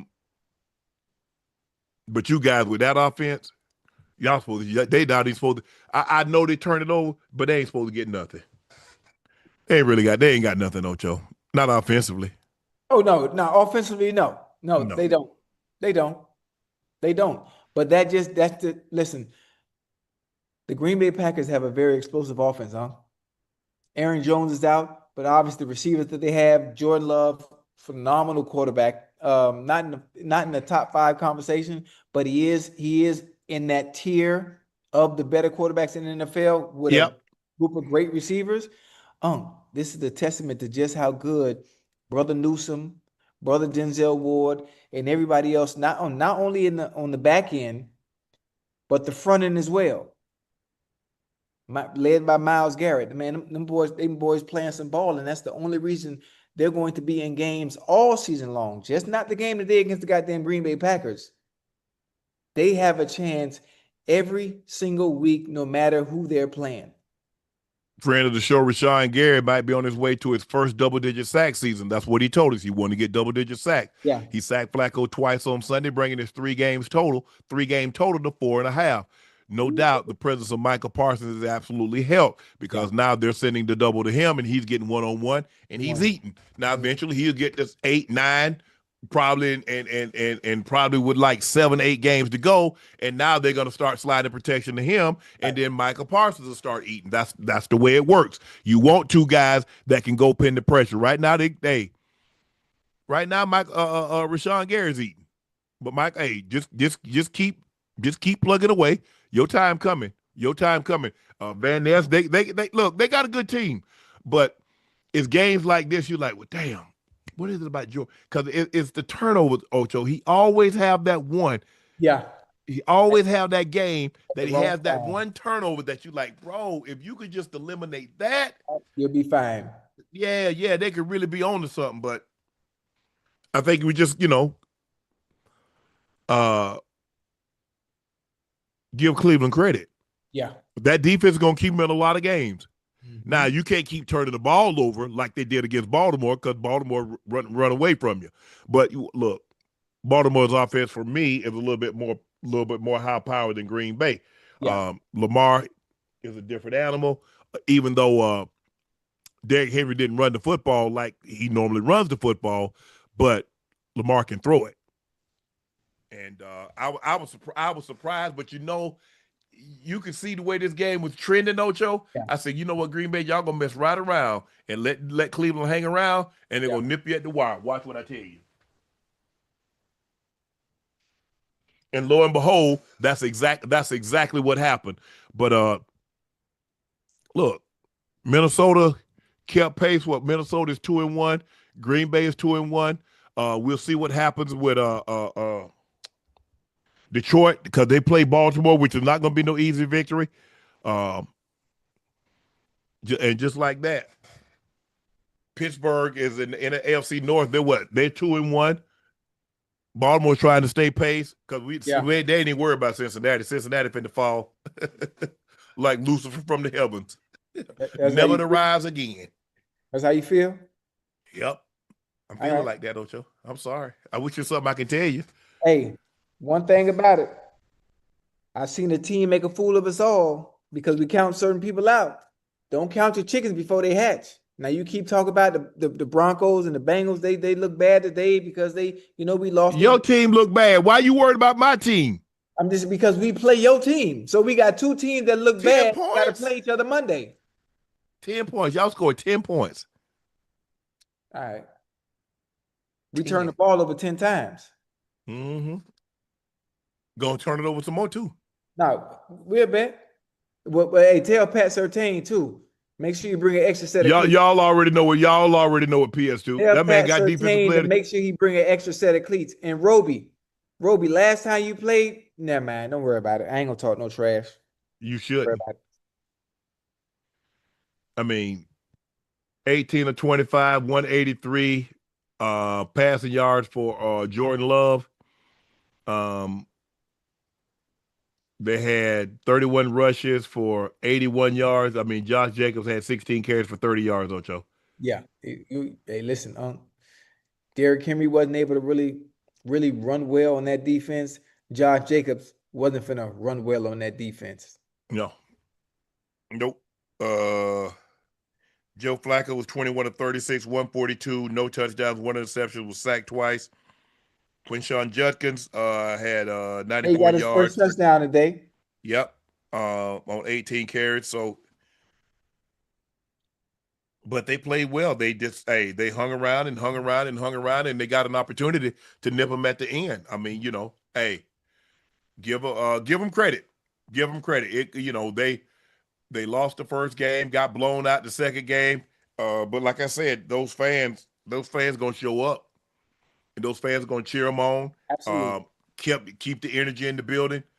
But this was Green Bay. Y'all go, you might look back because Ocho, when you don't make the playoff, you always go back and play like this game right here. We bull jobbed around, had this team dead to right, and we had an opportunity to put them away, and we didn't. And so that's the frustrating part because I'm sure Cincinnati did that last year, Ocho, because lost to Washington, lost to the Patriots. Yeah. Losing to Washington, come to find out, wasn't a bad thing because they got all the way to the championship game. But losing to the Patriots, that was just downright awful. Yeah, that messed us up. Green Bay, you might be in a situation that the NFC is going to be very competitive. I think the Rams are going to be there when it's all said and done. The 49ers, they got Robert Saleh back on that defense. They're doing a great job. They get some of these guys going to come back, going to get healthy. Yeah. I don't know when Brandon Ayuk's going to come back, but he's coming back. Kittle, he'll be back. Pearsall is playing really well. He's doing an unbelievable job. And, Kyle's going to be able to dial it up. And so obviously the Eagles are going to be right there when it's all said and done. We all believe Detroit's going to be there when it's all said and done. So the NFC, you're going to look back and like, damn, game here or there might cost you a chance of a home game because that's what it's in playoffs you really want that home game. But I think you got to give a lot of credit to the Cleveland Browns because that defense was sensational today. They got after Jordan Love. They made him very uncomfortable from the very first snap. So I don't want to beat the Packers up too bad. But hey, Cleveland, that Myles Garrett man. And it's so funny, no matter who they playing, they do the same thing every time. We're gonna rely on our front four to apply pressure. Pin your ears back and get to the quarterback, and we playing man-to-man in your face on the outside. Mm-hmm. Because I believe in our two corners out there to be able to lock you up. Mm-hmm. And they play ball just like that. All 4 quarters long. They get after you. They get after you and give them credit. And they get on the win. They get in the win column thanks to a block kick and then a 55-yard walk-off. That's saying something. 55-yard walk-up. Like I said, Ocho, these guys got legs now. It Yeah. used to be, hey. The Chargers beat the Broncos 23-20 after the Broncos let the lead slip away again. Why you talking so fast? Slow down. Slow We down. got other stuff to talk about. Let the people hear what you're talking about. Let the people hear. Who lost again? Who The beat Broncos lost 23-20 after they let lead slip away, just like they did against the Colts and the Chargers, and both teams walked it off. The Broncos have the next 3 games on the road. The Chargers now have 3 AFC West wins. Damn, that is right, because they've beaten the Raiders, they've beaten the Chiefs, and now they've beaten the Broncos. So hey, we got some work. We got some work to do. Who is we? Broncos. Oh, well, you were just talking about the Ravens. So now you the I got 2 teams. You got 2 teams: the Patriots and the Bengals. No, I don't. I got the Bengals and the Dolphins, and we ain't talking about the Dolphins right now. No, you ain't playing for the Dolphins. You play for the Patriots. This is the first time that they have a 2-game lead atop the AFC West. The end of 2009 when they went 13-5. The season last time the Chargers won the division crown. Hey, what's y'all 0-3? Nah, we won the first game. We beat the Saints. Oh, you count that? Yeah, NFL. It's an NFL team, ain't it? Oh yeah, listen. Well, y'all 1-2. Y'all 1-2. So we 2-1. We about to be 2-2. All Same right. record as y'all. It sounds good. About to have the same record as y'all. 2-2. Good. How about Knicks do today? Man. Oh, Lord. I'm just asking. We had our backup quarterback, so I'm just curious how your starter did. Well, your starter don't never stay healthy, so it's hard to say how he gonna do. Cause like every year he gonna miss some time. Who? You talking about my quarterback? Yep, your starter. Nah, it was unfortunate circumstances. Stuff like that. Bo was 14 of 25, 153 yards, 1 touchdown. Man, that's it. Cortland Sutton had 6 for 118. Okay, Court. Herbert was 28 of 47, 1 touchdown, 1 interception. They sacked him 5 times. The one thing the Broncos can do is get after the quarterback. Yeah. He made a great throw. That throw that he made to Keenan Allen for that touchdown, with Moss all over him. Ain't nothing you can do about that. Derwin James had a sack. Troy Dye had a sack. Well, Y'all had 2 sacks. Well, Derwin James, nice boy. Yeah. Oh yeah. Boy, he nice boy. He play in the box, cover tight ends. He could play free. Man, he could do a little. Man, he could do a little bit of everything, boy. That's all right. You're a little tough. Look, and the Broncos did some. Hufanga has the guy, picks him up off his feet. You can't pick the guy up and slam him. Yeah. You can't do that. That's why y'all lost? No, we lost because we stopped them, got the ball back, and couldn't get a first down. Oh, y'all couldn't get a first down, huh? Couldn't get a first down. Kick the ball back. They get the ball, go down the field, and kick a walk-off. So, no, that's what it is. You get a situation like that, Ocho, your defense stop them. Now, your job is to make sure their offense don't get back on the field. Okay. Your job is to make sure the offense don't get back on the field, and you walk it off. Right. Or you go down there and score a touchdown and then make them go try to score a touchdown with as little time on the clock as possible to match you. No. This ain't no Right. So basically y'all got BTA. Nah. That's what y'all got. No. That's what the Cowboys got. No. Not really. Not really. You have to understand our circumstances. We're missing our starting quarterback. Y'all had your whole team healthy. There's a difference. There's a difference. I call defects. I hope they don't trace the call back to me. People gonna know I call. I had to use my burner phone. I called defects up in Minnesota. All right, all I hear is excuses, Unc. I'm talking about Minnesota. Hey, I had to call defects in Minnesota because something bad was going on. Hey, it sound good. We'll see No, you. it didn't sound good. We'll see y'all Monday night next week. I know y'all gonna see us Monday night, and we gonna put pussy y'all. Yeah, all right. Okay, see how you talking? See how you talking now? I know. I'm not being disrespectful. Oh no. You don't been disrespectful. You already done been you been disrespectful. I'm talking about because y'all lost to the Chargers. You boasted and you proud, and y'all had the same L. You worry about how many points we lost by when it's still it's still in the L column. You lost. And we got injuries. Y'all help. Yeah, whoa. We didn't try to hear no excuses, because that's not what you said last week. You was talking about Jake. Oh, well, we love Jake. Oh, Jake gonna hold that thing down. Okay, he gonna hold it down. He gonna hold it down when we play y'all Monday. We good. Hold y'all down, keep y'all from winning. We good. You'll see. I saw today. 48-10. Don't worry about it. He was 48-3 at one point. Hey, I'm like, damn. Sometimes it's games like this. Oh, here it is. We got two members. Hey, TeeTee, what's up, TeeTee? Gold medal, 100 4x1. First leg, Melissa Jefferson-Wooden, and the second leg, TeeTee Terry. Hello, ladies. How are you doing? What's going on? Doing good. MJ, what's up? Nothing. I'm happy. The meet's over. I know you happy. Double up. You did something that hadn't been done since 2013 when Shelly Ann Fraser Price, you won the 100 going away. You won the 200 going away. You won first leg on the gold medal winning team in the 4x1. What's to be sad about? Maybe you didn't run sub 10.6, but I think everything else went according to plan. I feel like it balances out, it balances out.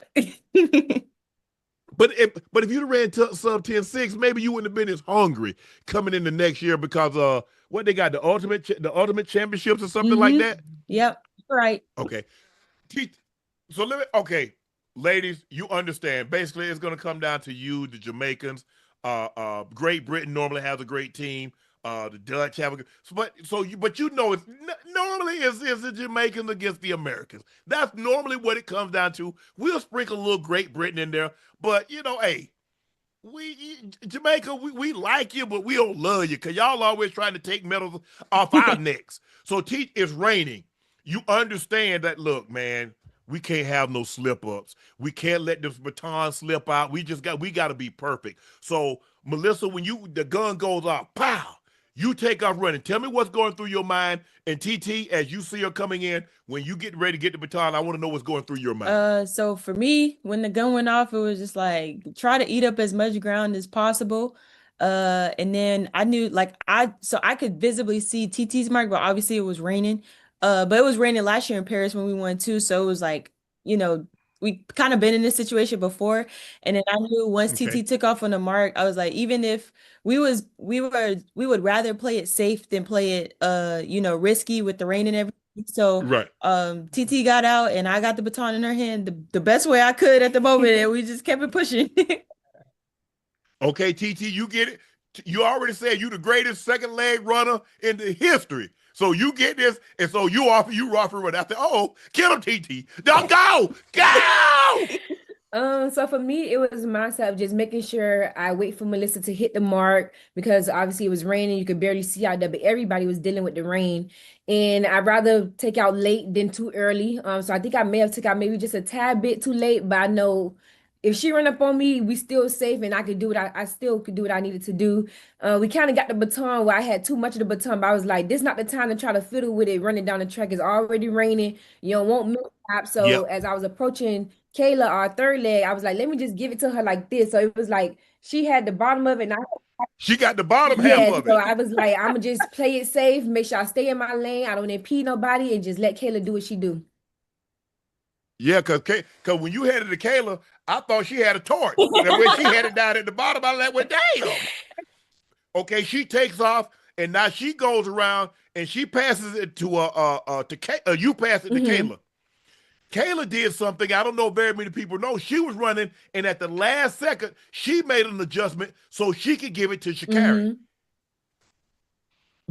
Y'all didn't know that at the time until you guys saw it on the replay? Yes, yeah. When I saw it, we was like, oh wow, no, that was, you got relay IQ for real.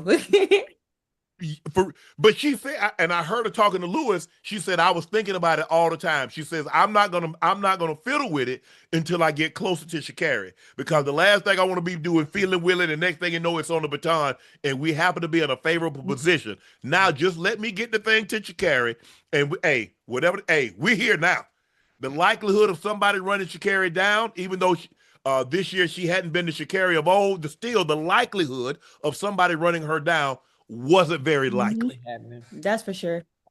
And I feel So oh go no, ahead, I was Melissa. just gonna say I feel like the biggest thing that helped us is that we're all training partners. Like we see each other every day, we're around each other every day. So the chemistry was there, the trust in each other was there. Like no matter at the end of the day, we was gonna get the job done. Like I feel like yesterday was a great example of when we be at practice and coach be killing us and we be like, I don't know how the heck we gonna get through this workout.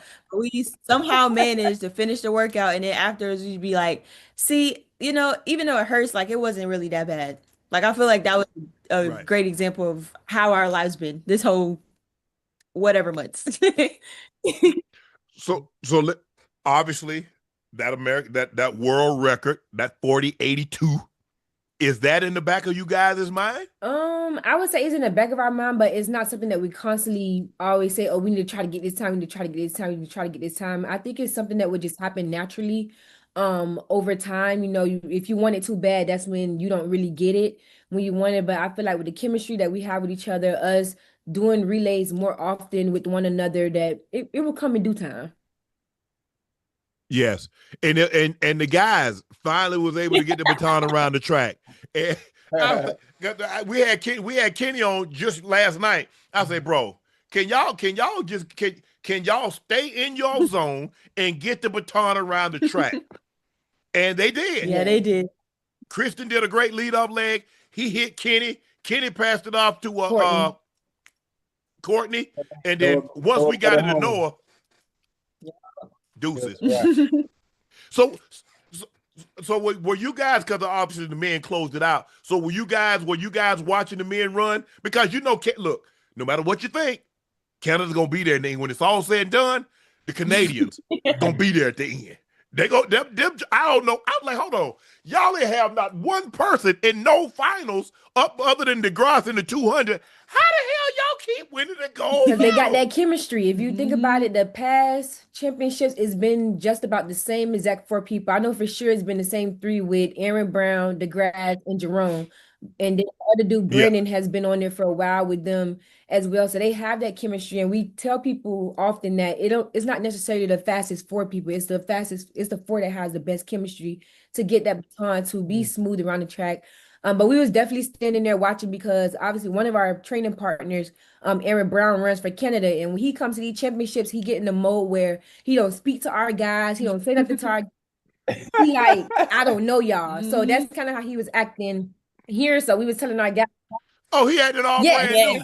Well, we don't know you either. So our guys had that mindset, was like, okay, well, we know y'all won, y'all did what y'all need to do, but we coming with it this year. And that's what our guys was able to pull off. Yeah. Say, how you like that? You want to speak to us now? Don't talk to us now. Don't worry about it. Don't worry about it right now. Go on and take that silver medal back to Canada. So what's next, ladies? Are there any more races? Are you going to take some time off now? Is it a situation where we go eat some pizza, we get a burger, we get some fries? I know, Melissa, you talking about you want to go home and you want to get some oxtails, you want to eat some good old Southern food. So what's going on? So what's next for you ladies? McDonald's for sure. And I'm actually gonna have my first McDonald's in Tokyo before I leave. It's TeeTee, what you mean you don't eat McDonald's? Ocho, I haven't ate McDonald's since high school, sophomore year, and that was 2016. See, there you go, TeeTee. Tell him you can't put no cheap gas in that. You can't put no cheap gas in that engine and expect it to run like that in that tank. Tell him, TeeTee. Yeah, y'all got the McDonald's. McDonald's, I can't wait. So what's next? I mean, is there any more races to run? Is there any more Diamond League meets? So what's going on? Melissa, what's going on? Diamond League is done. World Championships, like this season, kind of ended like all the other sports, where like the Super Bowl is the last for football. So for us, that was the last meet this year. But obviously, there's Athlos, the meet by Serena Williams' husband. I'm not in Athlos. I'm done with the season. But this one, she's been announced for Athlos. But what you doing? You doing Athlos? Yeah, what you give us some news, Oh Melissa? What you doing? gosh. Okay. Chat, don't eat me up. If you do watch track and field for real. So as of right now, I am in Athos. But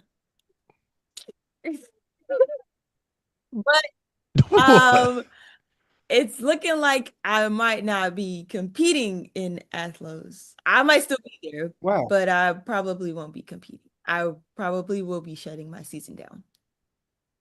Yeah, you gotta rest. I mean, look, you Yeah, had we gotta Yeah. rest.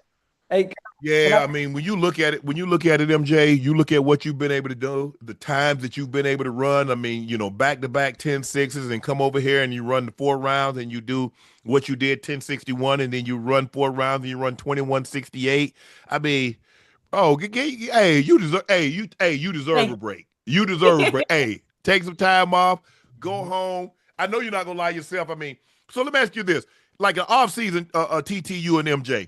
So in the off season, how soon will you start back doing a little maybe some 50, some 80s, some 100s, or y'all just like, Listen, hey, TT, coach, don't call me. when I call you. first joined the group, I asked TT, I was like, so like, do you be doing anything like in the off season before, we all get together? She was like, I don't do nothing. I don't do nothing but eat. I don't do nothing. I come off the couch and go to practice because there's nothing that's gonna prepare you for fall workouts with Dennis Mitchell. And I found out myself, she is correct. There is nothing, like absolutely nothing in the world that you could possibly do that could prepare you for what we go through in the fall. I guarantee you. It doesn't make a difference. The first year I joined the group, we had like basically it was like kind of like an optional week or whatever. So the coach and Sharif came out and they gave us workouts, but they didn't give us workouts. And like the stuff they was giving us, it was like, okay, like, that's not too bad. Da, da, da. Man, we got there that first official day. I saw I'm not coming back. I'm not. I'm done. I don't know who I thought I was coming down here to join this group, but I gotta leave. Yeah, I don't really do anything because the season be so long and you only have a short time period off. People don't realize that in track and field, we basically run year round, whether that's us starting in November and then starting our season in March and then running all the way to September and then starting back up in November. So you don't really have much of a downtime. But going into this fall training, I am going to do a couple things a little different, probably just do some little Pilates or something in the off season to strengthen my body because we've learned a lot about my body throughout the season. And if I want to hit the times and run the things I want to run, is some changes that I do have to make going into next year. So I am going to be doing a little something before I bounce back into fall training. But like Melissa said, nothing can prepare you for Dennis Mitchell fall training. Hey, So let's go go ahead, train Ocho. with Dennis this year. Huh? You heard me? Huh? Let's go down to Orlando and train with Dennis. Man, I got artificial hips. What am I gonna do? Watch? I mean, we could just get you. Y'all should come. I'm coming because I got to race Kenny. Kenny was talking shit to me. Oh yeah, today, so I'm yeah. gonna race Kenny. We gonna see you there. I'm gonna make sure. I'm right. No, you're not. I'm right down in Miami. I'm right down the little street, bright man. line train ride. That's all it is. That's all it is. I'll be there. Let's just say for the sake of argument, okay, he send you guys a workout. Are they timed? He says, okay, you got. Let's just say for the sake of argument, you got 660s. Does he give you a time, or he says you got 10 120s? Does he give you a time? Say, okay, you got to make these 120s and say 12 seconds, 13 seconds, and you got 2 minutes, 3 minutes off. So how's a workout like? Not when you're there, but like when you're on your own, when you're like away from, so you guys can come in. I know you're not just getting straight up off the couch and just going driving down to Orlando. I'm so serious. I literally rolled straight off the couch. Like I'm not even. I've been going down to Miami. I'm going to the hole in the wall spots. I'm going to my favorite spots. I'm knocking food down like I'm eating with a grown man. And then I go out and go. Like I literally don't do anything because there's so much with my body. Like my body is so dense. Like even the first year I was coming to the group, I asked him, "Hey coach, is there anything you want me to do before I come to the group?" He's like, "Not really, but you can do like some little jogging around the block or something like that." Yeah, I tried to go jogging around the block. My legs cramped up before I even stepped out the house. So I said, it's the point of me doing anything because I'm not, nothing's prepared me for Dennis Mitchell. My body has gotten better, has adjusted to it throughout the years, but it's bad. Like Ocho, when you come and you see it in person, what I go through with my body, you wouldn't believe unless you dare to witness with your own eyes. I'll be there. TeeTee be going through it. She be going through it. So I mean, obviously, an NCAA season, obviously you have so many more athletes and things of that nature. What makes this workout so difficult? Is it the volume? Is it the intensity? I mean, because, one time, like we used to, obviously it's not compared to you guys, but we run, let's just say we do 15, 21 50s, or we do 20, 25, 110s. Okay, that's the volume. Okay, now we might cut that down and say, okay, we're going to do 15 110s, but we got 14 seconds to make the time, and then we got 45 seconds rest. So we got pretty good volume, but we got damn good intensity. Is that what it is, the volume and the intensity, or which is it just the sheer volume of it? It's both.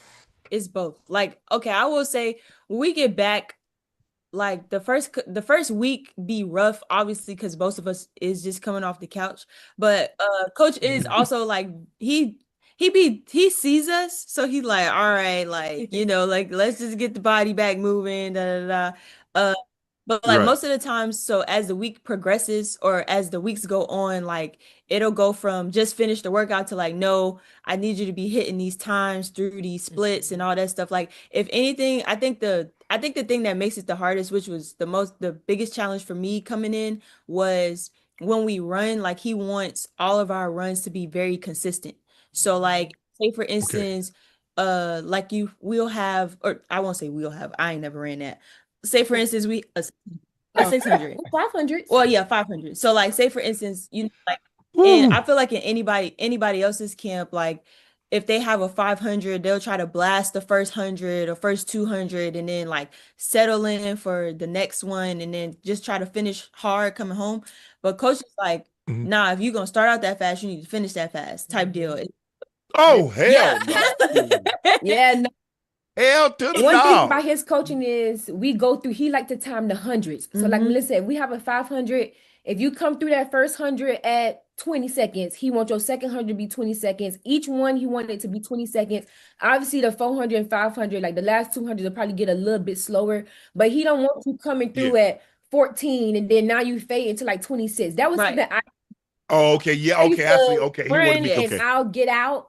And then it's like I'm fading bad at the ends.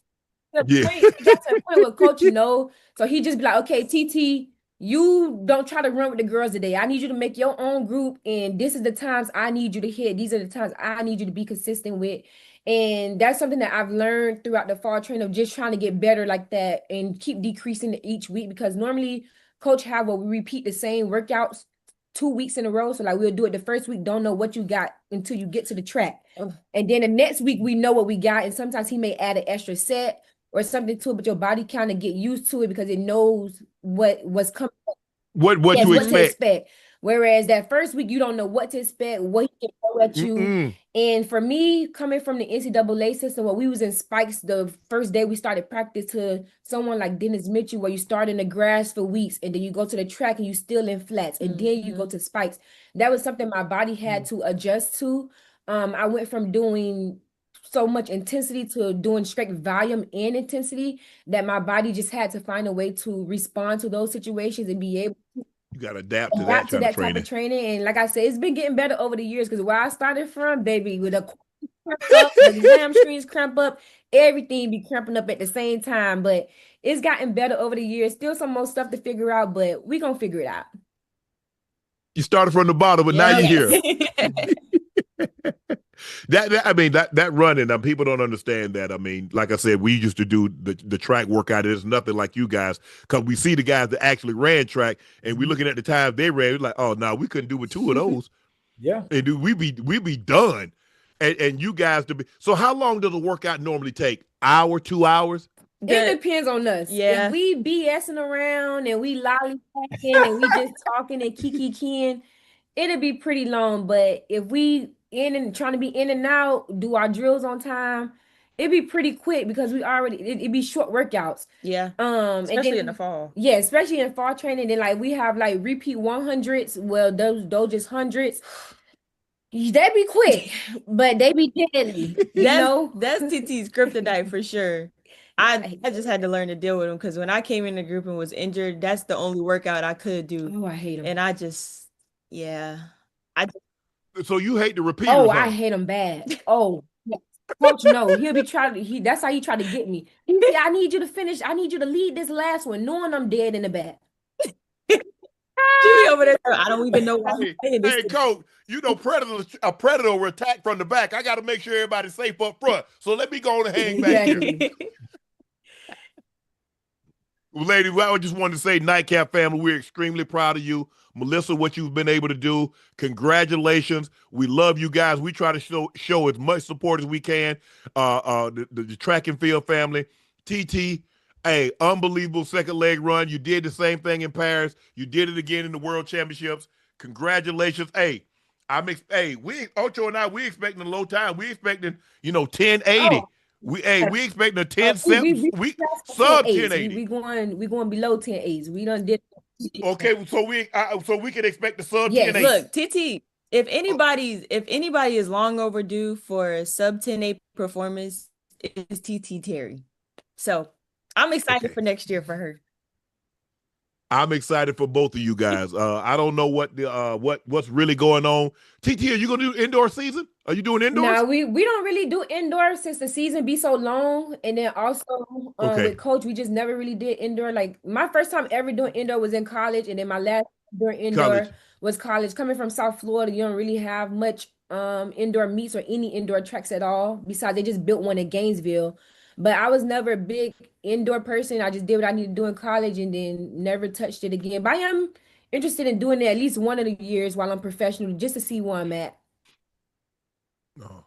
So, okay, MJ, give us your social media handles, where they can find you on IG, where they can find you on X, where they can find you on Facebook. Same thing for you, TT. Okay, Instagram, it's at _ Melissa J19.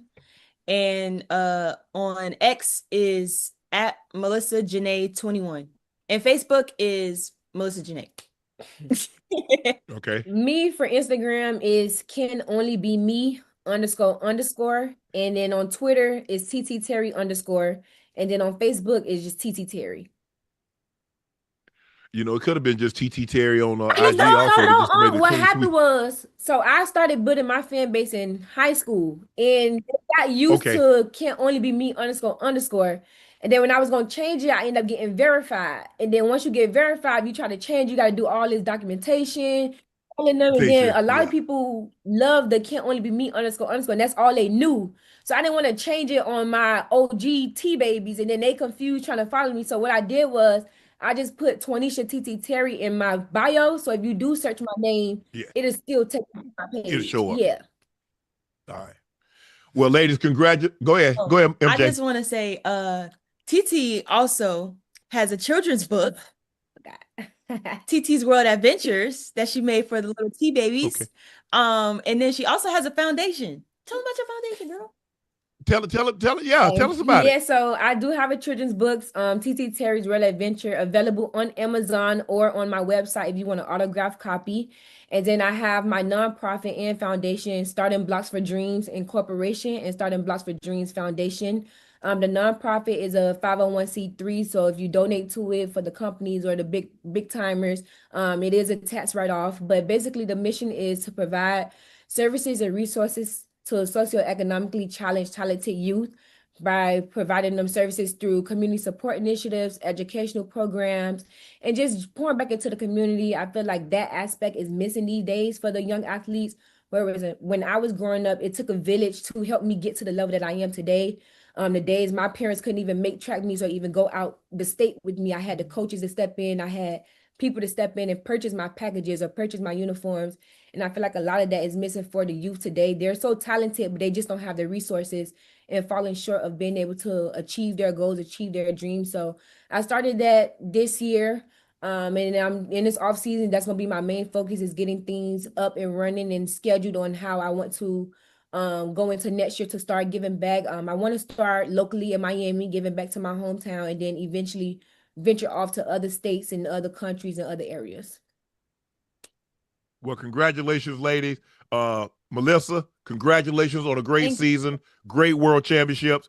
TeeTee, congratulations. I mean, hey, you be running the hell out those relays. We're proud of you. America's proud of you. Nightcap is extremely proud of you. Ladies, stay safe.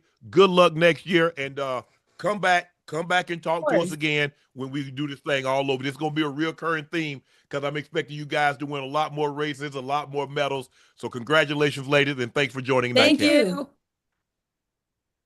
Have a good one, guys. Melissa Jefferson-Wooden and TeeTee Terry. Man, that was unbelievable. Huh? You know TeeTee from the crib, man. Yeah, she says she's from Miami, Ocho. Oh, she went to Miami Northwestern. Teddy Bridgewater. Yeah. Yeah, yeah, okay. Yeah, we breed them down here, boy. Runners, boy. Yeah. It was great. I mean, Melissa had a great season. She did something that only Shelly Ann Fraser-Price hadn't done since 2013. She won the 100, the 200, and won the 4x1 goal. TeeTee run an outstanding leg. She's been on 3 world championship gold medal winning teams and the Olympics in Paris last year. So congratulations to all the ladies that participated in this, that brought the goal home. Guys, same thing. Hey, Kenny, Kristen Coleman, Courtney, Noah, congratulations. Hey, we almost had a clean sweep today. The women did an outstanding job in the 4x4. Obviously, Sid ran an outstanding leg. The men wasn't quite able to pull it off today. Botswana ended up nipping us at the wire, but it was one of the great 4x4 that you'll ever see. South Africa, hey, they coming. The world got some up and coming 400s, but we'll be back. We'll be back. But congratulations, lady, to all the. Hey, Ocho, we won. We got like 26 medals. We won like 16 goals. Yeah, we good. We mollywopped them. Hey, listen. Now Jamaica, don't you jump in here, time? Because see, when y'all win, y'all don't. We beat y'all. Y'all got 340 million. When we mollywop y'all, we are your country. We ain't got but 2 million people. I ain't trying to hear all that. Because when y'all win them gold medals, it ain't like all of a sudden y'all lost. Y'all lost some population. You're the same population. You got 2.5, 3, 4 million people. So go ahead and take the L's. And Jamaica, just so you know, we have reached out to some of your athletes and asked them to come on. We have not heard back. I don't want to put nobody's name out there who we reached out to, but we did reach out to some of the Jamaicans, some of the ones that you really know, and we asked them would they like to come on. We have not heard back. So we take anybody. You don't just have to be a American to come on, although we do like to show support for our own. That's what we do. We love all of you. We'll take the Jamaicans. Love we'll take all someone from the Dutch. We'll take Tobago. We'll take Femke. Hey, if you can speak English or understand what Ocho and I saying, come on. Hey, and matter of fact, if you speak Spanish, French, Portuguese, whatever it is, I speak. Well, we have to turn the thing on to get to interpret because I don't know. I can translate for you. Don't worry about it. Ocho, you and I barely speak English, so let's just stick to that right there. let's just stick to that. We ain't got no interpreter that can speak Portuguese or Spanish or Mandarin or anything like that. We want to show the world of track and field love and support because we are big fans of track and field. Obviously, we're going to show love and support to our Americans and not just the sprinters. Hey, hell, I like to get Ryan Krauser. I'll take Valerie Allman. I'll take Cole Hawker. Hey, we'll take any of them. guys that medal, and because we want to show you our appreciation and that we greatly appreciate what you've done for the country as far as winning medals. And we know the time and effort and energy that it takes to be great, to be the best in the world at something. And we want to give you your flowers and let our chat, let our fans and followers see you.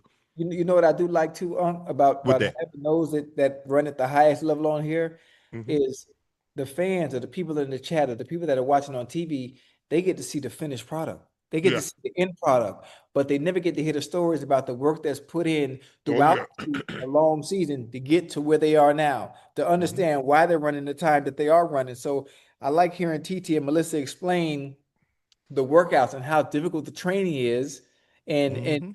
how it's so difficult working with Dennis Mitchell. There's nothing you can do. So there's no Yeah. point in preparing to get to him. You might as well just roll off the couch and just put that work in. I Yeah, like, it is. The unknown workouts are always tough. yeah. It's amazing how the body works.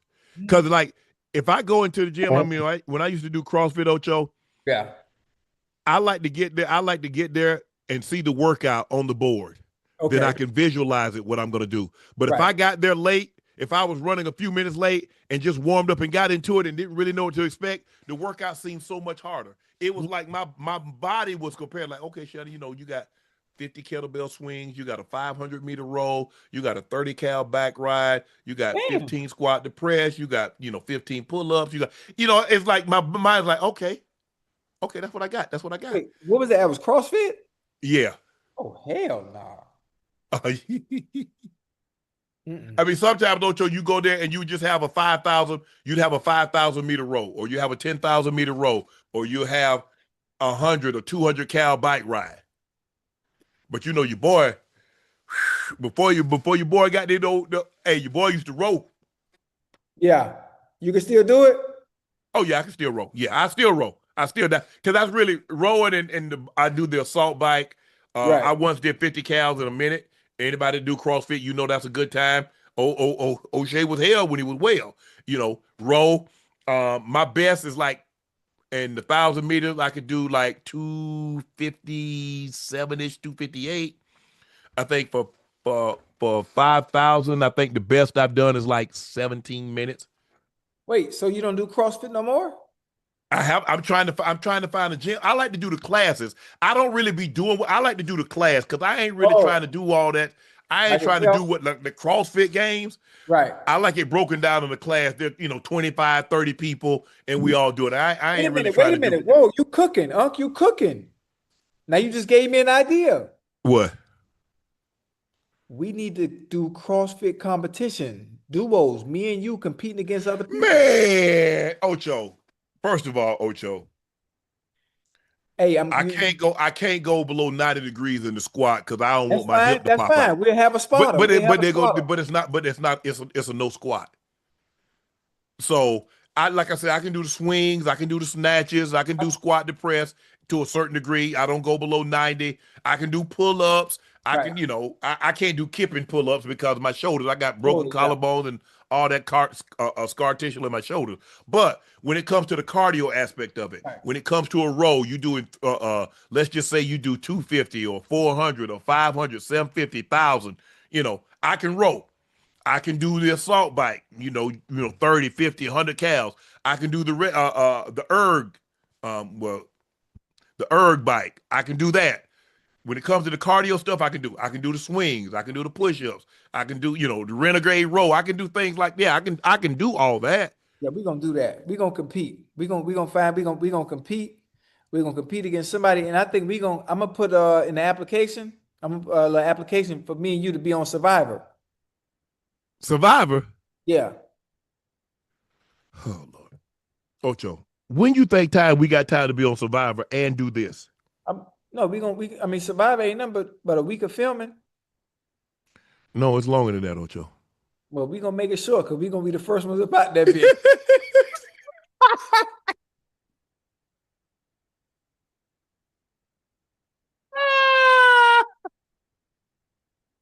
Yeah. Okay. Now you got a point.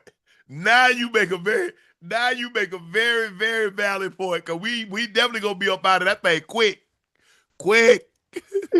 The Colts Colts beat the Titans 41-20. Colts ended the week tied for the lead in yards per play, ranked second in offensive expected points added. That trend continued today. Indiana Jones looks like a different guy after going 7 for 9, 130 yards and a touchdown on passes thrown at least 10 yards downfield today. He's now completing 65% of such throws this season. He completed 50% of them in his first 6 seasons. Colts have punted just once this season. They scored on 77% of the offensive possessions. That's the highest mark for any team in the first 3 games in the past 45 seasons. The Colts are one of 4 teams to not commit a turnover this season. Indiana Jones is in the MVP discussion, Ocho. And that's crazy. It's unbelievable. It's unbelievable how Daniel Jones is playing. He is. Obviously, the New York Giants wrote him off. All the things that were said to him through the media. It's great to see. It's great to see that the Indianapolis Colts have found their quarterback again. It's still only week 3, but with what they've done so far, he might be the answer. He might be the answer. He might be the quarterback that's been missing since Andrew Luck and since Peyton Manning left. Yeah. I'm excited for them. I'm excited. I think the thing is, Ocho, because they're so efficient offensive, their defense is well rested when they get on the field. Yeah. So here's not burning out. Think about it. They got 1 punt in 3 games. So that means the offensive possession of the ball, the defense, when they come out there, they're well rested. Mm-hmm. So now all of a sudden we can pin our ears back. We're not tired. It's not like, hey, we just got off the field after giving up a field goal or a touchdown, and the offense turns the ball over, and we're right back on the field. There's none of that going on. So now when they get on the field, they can hunt. Yeah, they can hunt. And Punter collecting a check. And he getting free money. He getting free money. That guy. Hey, we talk about Danny Dimes, man. Jonathan Taylor then came out the gate swinging this season, boy. Yeah, for sure. My goodness. Yeah. Boy, he toting that rock. Jesus Christ. I mean, he's done it before, so we shouldn't be surprised. Right. Ocho, the Bucs beat the Jets 29-27. The Bucs defense went from a dominant fourth quarter meltdown to surrendering 2 touchdowns, with a third coming on special teams block field goal returned by touchdown by Will McDonald IV, giving the Bucs a 1-point lead with 1:49. But for the 3rd time this season, the Bucs managed to come from behind, win in the final minutes of the game. It's 3-0. They've reached 3-0, Ocho, for the first time since 2005. Emeka Egbuka, one-hand catch in the first half, woke Tampa out of an early funk, led to a Mike Evans touchdown. The early offensive rookie of the year favorite finished with 6 catches, 85 yards, including that one-handed, a big 28-yard catch and run on the game-winning drive. Baker Mayfield has 3 game-winning drives in the fourth quarter this year. And look, he said this game was special. You didn't know about it. I forgot that Steve Wilks used to coach at Savannah State. Yeah. So I know Wilks. I forgot that he was the head coach of Carolina. He's the DC of the Jets. But he was the one, Baker said, he cut me when I was in Carolina. So it was a little personal for me. It was a little personal. I think Hassan Reddick is there. The Jets got rid of him. So he's like, yeah. But I thought Baker did a great job. I forgot. I didn't read anything where anybody talked about it. So he did a great job of bottling it up. Say, hey, I'll talk about this after the game. Baker after the game said D coordinator Steve Wilks was the one that cut me in Carolina. So a lot of stuff was personal today. Hassan Reddick, a former Jet, a lot of people. So, but Baker's playing unbelievable. He played unbelievable again. He made 3 weeks in a row. They've needed Baker to come up big, and he's done exactly that. Yeah. So another guy that where it's all said, he's going to be in the MVP discussion. They keep winning, and I think they're going to win that division. But Baker's playing extremely well. Now we got to see Mike Evans. He went out with a hamstring injury, but at some point in time they're going to get Chris Godwin back. I don't know if he. I was keeping one eye on the game and watching 3 or 4 other games. Yeah. But eventually he's going to come back and be full strength, and he'll be able to play. So maybe he can come back in and hold the fort down until Mike Evans come back, if Mike is going to miss some times. But Egbuka, hey, he's the real deal, huh? Something about the Ohio State receivers. He is the real deal. Now I think the Bucs probably feel a lot more confident that, okay, Mike Evans is down. You know what? Emeka Egbuka, he can come into that spot and still be efficient in doing what Mike Evans does. I'm not saying he's Mike Evans. I'm just saying he's played so well. What he's done in training camp since getting drafted, obviously he's put in work the first 3 games of the season, and he looks good doing it. I think they're gonna be all right at the receiver position. He looks unbelievable. He looks unbelievable. Hey, man, did you see Vita Vea doing the aura? Nah, I missed it. He did it. Oh yeah. I missed it. What, he got a sack? Nah, hold on. Jamel Dean got a pick 6. Yeah. And so yeah, he was at the front of the boat. He was doing his little thing. Oh man, I missed it, man. Hey, somebody clip that and send it to me on Twitter, man. Vita Vea doing the aura. Man, Vita Vea know he can't stand on that boat. That boat capsizing. But it was great to see. But you got to give Baker's credit. Baker's playing unbelievable. There ain't no way around it. He's making the plays. He's finally found the home. He's found somewhere. Baker about to get a big contract while you bull jobbing after the season. Again? Yeah. He only signed a 3-year deal. Oh, that's right. Yeah. Baker about to get a monster. Yeah. Baker about to get 50 plus. He deserve it, huh? Deserve it. He deserve it. Deserve it. He definitely and maybe that's what he needed, because he went to Texas Tech, had an issue, walked on to University of Oklahoma. He used all that for motivation. Yeah. Maybe that's what he needed. Maybe Cleveland did him a favor. He didn't realize at the time. We don't realize things at the time. Carolina did him a favor. Right. Got him here. Got him in a better spot. Perfect. Sometimes, you're not going to move, so God will move you. Because he know you won't move on your own. He'll make it say, you ain't got no choice. You ain't got no choice. They don't want you over there, so you got to go. I like that. And look at what he's been able to do since he's been in Tampa, since he's found a home, since he's found an organization. Jason Light, Todd Bowles believe in him. They'll allow him to be Baker Mayfield. He can't be anything other than Baker Mayfield. Some people call it cocky, some people call it arrogant, call it whatever you want to. But they'll allow him to be him and allow him to lead in the way that he knows how to lead. Everybody doesn't lead the same. Everybody doesn't play the same. Everybody doesn't have the same mannerisms when placed in the same situation. Right. They allow him to be him. Therefore, they get the best out of him. And it's been unbelievable to watch. It's been unbelievable to watch, because even in his best, he didn't look like this in Cleveland. No, not at all. Would you say, Ocho? Yeah, I was going to say it. Shit, Daniel Jones ain't look like this in New York. No, he didn't. But you get somewhere they believe in you, Ocho, and sometimes all it takes is somebody to believe in you. You want somebody to believe in you. Yeah, I believe in myself, but if I believe in myself and you're not giving me the opportunity, or you keep trying to tell me I need to be somebody that I'm not, I can't. I'm trying to find. Oh, here it is right here. Tyrod played well. He was 26 of 36, 197, 2 touchdowns. He didn't throw an interception. Baker was 19 of 29, 233, 1 touchdown. Only got sacked once. They ran the ball 34 times for 122 yards. So we'll see how long Mike Evans is down and how that impacts the offense. But I think if they were to get Chris Godwin back, I think they'll be just fine. They have Sterling Shepard, who was a starting receiver for the Giants, who seems to be coming back. I think he tore his ACL a couple of years ago. He finally starts to look like the Sterling Shepard that he was early in his career at the Giants. He's starting to look like that guy again. So obviously Bucky Irving and Rachaad White being able to run the football, that definitely helps their running game. But all that's fine and good. It's Baker in that defense Baker throwing the ball in that defense. Todd Bowles, we know Todd Bowles can call defense. Oh yeah. And he got guys, Levante Davis playing well, Vita Vea, Jamel Dean, and Antoine Winfield Jr. He can make plays. He's all over the field. He's a hard player in Jesse. And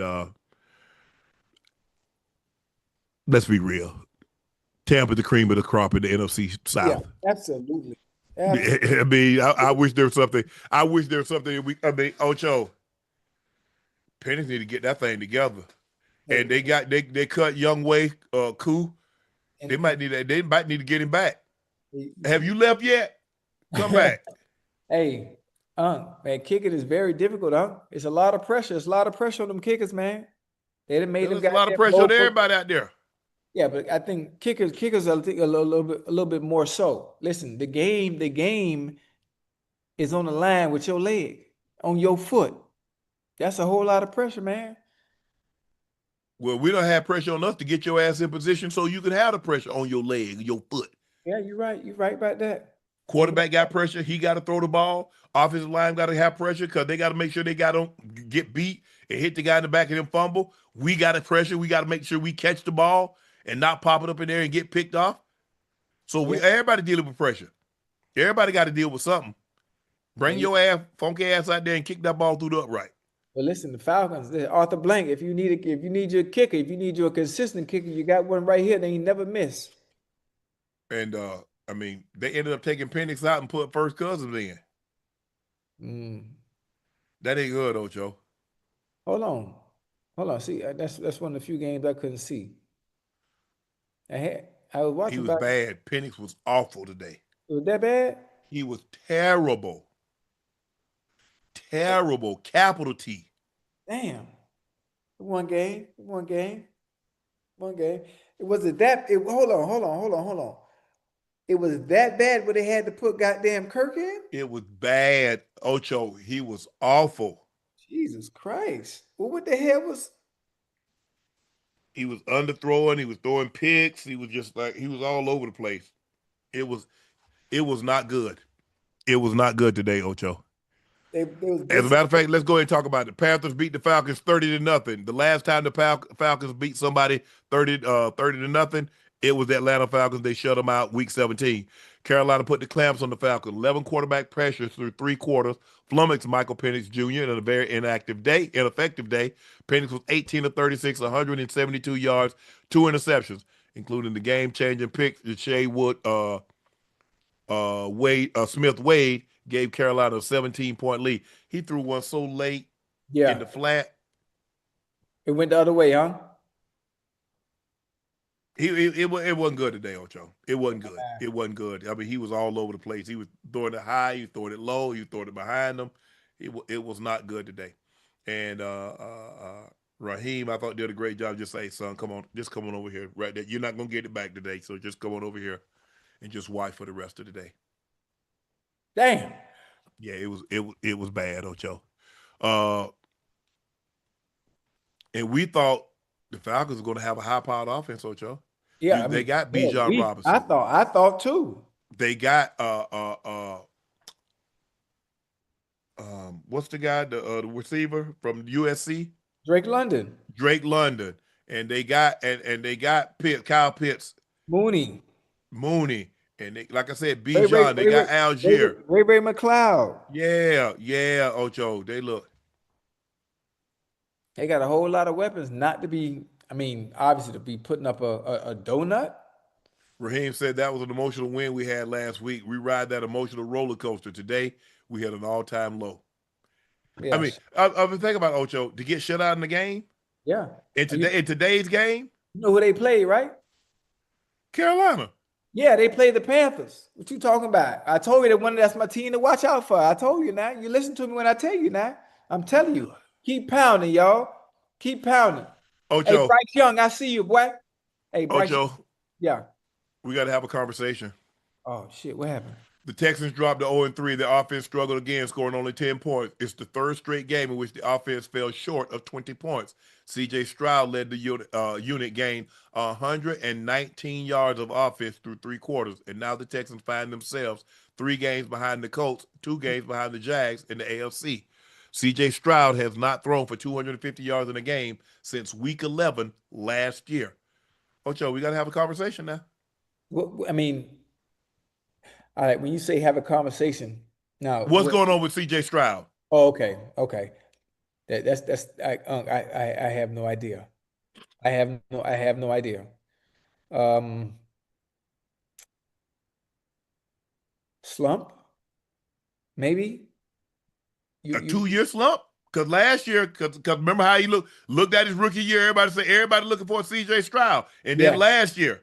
And now he picked right up where he left off from last year. Yeah. I'm not sure. I'm not sure what the issues are. I'm not sure what the issues are.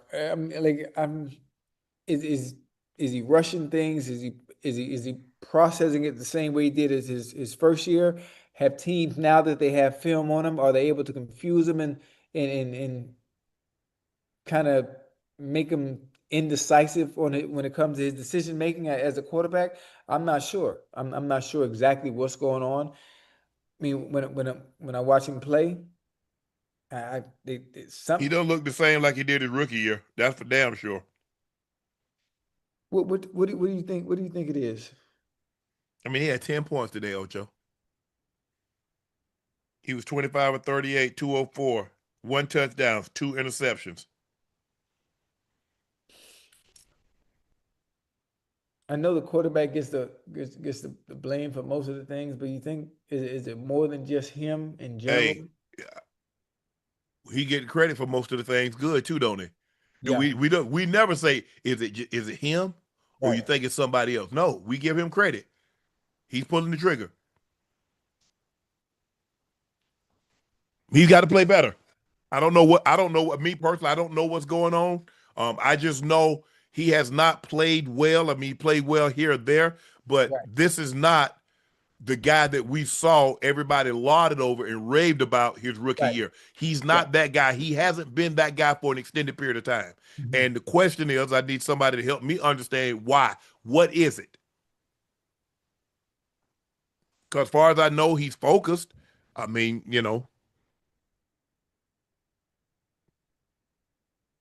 Damn. who they play next week, Ash? I just need to watch that game. I think I need to just watch that game. Give me some insight. I mean, Is you it know, offensive line not protected him? Is they play the Vikings? the Ti- the Ti- Oh, the the Titans. They play the Titans. Titans. My bad. How long you think before Tank Dell come back, huh? He ain't come back this year. God damn it! So He tore Nico, his ACL, dislocated his knee. That thing was wrecked, man. hold on. We got Nick Chubb. We got Joe Mixon coming back in another week. Um, Nico Collins had 8 for $104 and a touchdown. Dalton Schultz had 5 for 39. Christian Kirk had 3 for 25. Christian Kirk is going to round the shape. He's been, he's kind of been nicked. Christian Kirk. Uh, Yeah, that's right. You need one more weapon. One more weapon. It shouldn't be this bad though. they It shouldn't and be the this game bad. was there for the taking. They could have easily won this game. They had 19 rushes for 87 yards. He got to do a better job protecting the football. That's one thing he's got to do. Yeah. They got the Titans at home, at Baltimore, at Seattle, 49ers at home, Broncos at home, Jags at home, at Titans, Bills at home, at Colts, at Chiefs. So it ain't gonna get no easier. Hey, is O line play? He getting killed back there. Uh he got sacked today 2 for 20. They got some pressure on him. Yeah, but you know what that does to you, huh? Getting hit over and over and over. It started to rattle you. You start to speed things up. You don't see the field like you should. You don't Mm-hmm. process things, go through your reads the way you normally would. Mm-hmm. I don't know. Listen, I think they need to add another weapon. I think they need to add another weapon to take some of that pressure off of CJ so he's not trying to do so much, you know? And in this game, Ocho, Travis Hunter played more defensive snaps, 41, than offensive snaps, 35 for the first time. Hmm. Try to tell him I thought he'd be better starting on the defensive side and then plug plays in, but hey. He made a nice play. Made a real nice play on Oh every. yeah, yeah. Roddy felt like he was gonna cut back inside. He spun up out of there. Yeah, yeah, yeah. Yeah, but I'm trying to put my finger on it. What is it? What is it with CJ? Mm-hmm. Maybe we put too much expectations on him because of the season that he had his rookie year, Ocho. Maybe we expected a little bit too much um, after his first year, and but he did that. He had that outstanding rookie season. He Right. was the guy that like, man, Ocho. I don't know if we talking about. I don't know if we ever seen a guy play that well in his rookie season. That's what we was talking about. He did that. He was balling, boy. He was balling. He balled. He But balled out. again, you see, this is the same thing I said about Malik Neighbors. He was great his rookie year. Touchdowns, catches, yards. Yeah, well, it's easy when they don't have that film on you. It's Hmm. easy when you're rookie and defensive coordinator's like, I'm not making no covers adjusted to based on where you lined up. Who the hell are you? Oh, now we have film on you. Now you arrived. The point of being great and being good at your job is when they know you coming and you still get the job done. That's where it counts. It's easy to surprise somebody, when you're a rookie, Hmm. but can you continue to do it year in and year out and be consistent at it? That's the And the problem. and the thing is that CJ is expectations now. Yeah, You have expectations. out the roof. You look at that team. You have Will Anderson Jr. You got Danielle Hunter. You got Stingley Jr. You got Nico Collins. You- Bro, you got expectations. They expect you guys to win the division, to go in the Yeah. playoffs, make a deep run. That's Mhm. the expectations that you did based on what you did your rookie year. Right. So this is what you've done, and this is what you want. You want that kind. You want those level of expectations. Absolutely.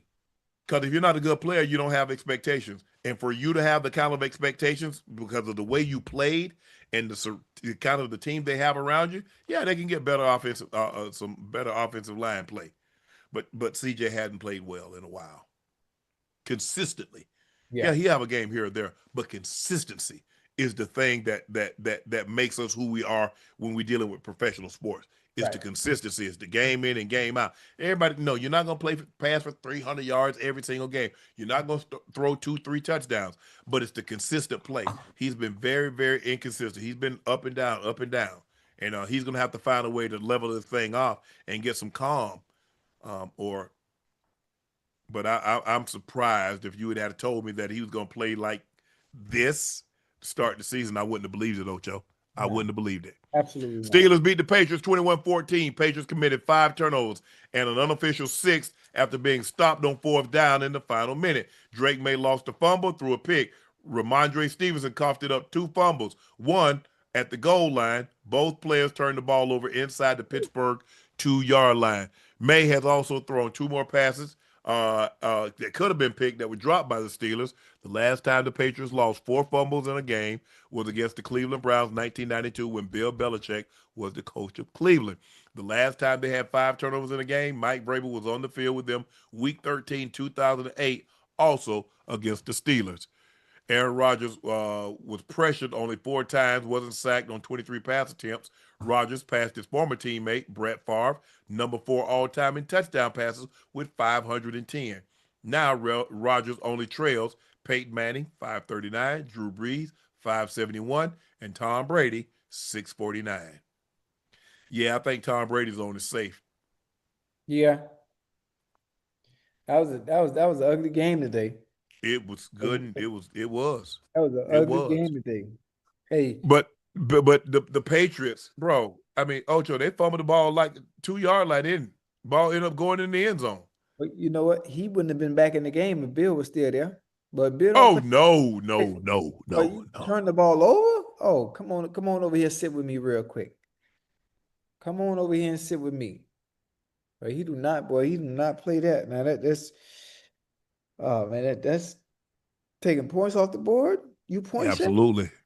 Commanders beat the Raiders 41-24. Marcus Mariota was the most efficient running and passing the ball, 40 yards rushing, 207 yards passing.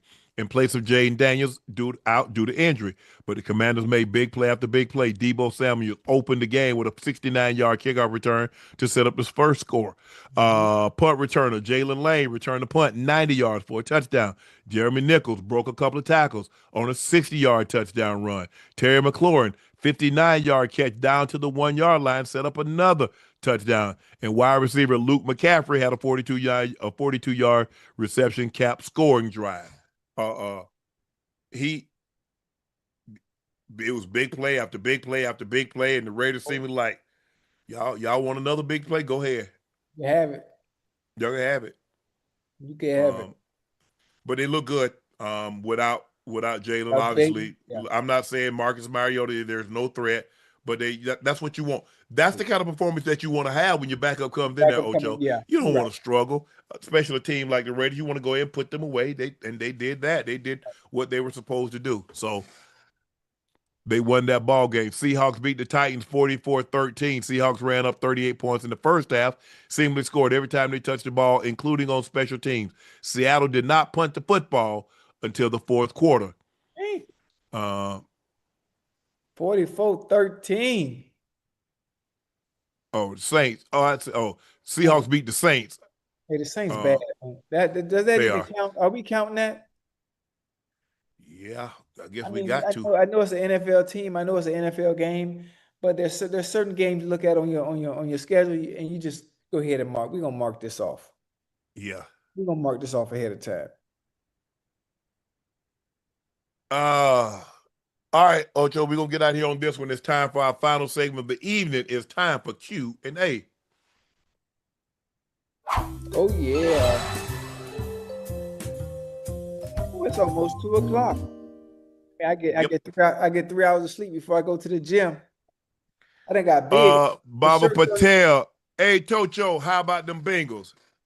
Come on, hey, don't do that. Don't do that. Now I've already talked about us losing. I already said we got belt the ass. I done said everything. I done praised the Vikings fans. I done praised the Minnesota fans. I done praised Isaiah Rodgers, who I need a jersey from. I don't need no extracurricular activity out of you. I don't need that. Triple X Cop Sanity said, who they got their butts kicked? Skull.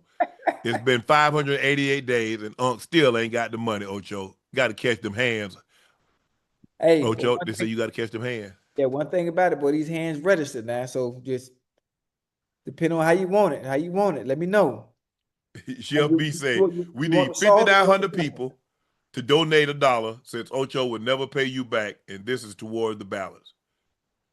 Ocho, just pay me my money, man. Hey, I done told you, the people on here, they talk about I ain't paid you back, and they done been here and watched me and witness me tell you PayPal, Apple Pay, Zelle, Cash App, but you don't want to download nothing. Josiah Trong says, I told you pay Shelley, and you won't do that. Why is it people say without weapons, Purdy can't win games, and that his weapons behind him that support him, but with Mahomes, we're seeing the same thing, and he has a top defense.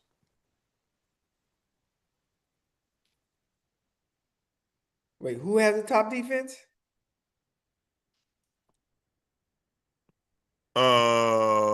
Kansas City. Top defense. So if I were to switch places, if I'd have took Brock Purdy and I'd have placed him in Kansas City the past 2 years, and I take Patrick Mahomes and I put him in San Francisco the past 2 years, who you think has a better record? So I'm gonna give Mahomes Debo. I'm gonna give him Ayyyy. You got hurt. I'm gonna give him Jennings. I'm gonna give him Kittle. I'm gonna give him Christian McCaffrey. I'm gonna give him Trent Williams, that offensive line. Now I'm gonna put Purdy in Kansas City. No Rashee Rice. Well, you get Rashee Rice his rookie year, and then Rashee got hurt early. So, and then I'm gonna give him Sky Moore. I'm gonna give him Tony. I'm gonna give him that running game, that offensive line. I think you see why. Yeah. Stan Cloudy say, showing love from Center Texas, Tyreek Hill and the Chiefs organization need to seriously put ego and arrogance to the side and reunite. Well, Miami's kind of looking at the best deal. Who's going to give us the best deal? Yeah. Who's going to give us the higher of the draft picks or the more of the draft picks? Wolf had facts. Bengals lose is all on Ocho. He hyped them up like a baddie at Nobu, and now and we had to watch that. Yeah, you hyped them up, Ocho. You did that. We'll be back. That's all I can say. We'll be back. Raekwon Howard said, "Hey, Unc and Ocho, I have two things to say. We can't say foot or ball. This evening is Indiana Jones legend growing. Love the show and the Nightcap family. Who that nation? Yeah, Indiana Jones is definitely growing. Yeah. Yeah, you keep playing like that. Shady Luke, Uncle Ocho, did y'all see Jalen getting after OC on the sidelines before the comeback? Hey, he's like, hey, give me a chance to throw the ball. That's it. We've had facts that Ocho can't say foot or ball tonight. He can't. I mean, Masterpiece said Raiders O-line is bad. Pete Carroll should tell his son to step down. Oh, he's the O-line coach? I didn't know that. Learn something new every day.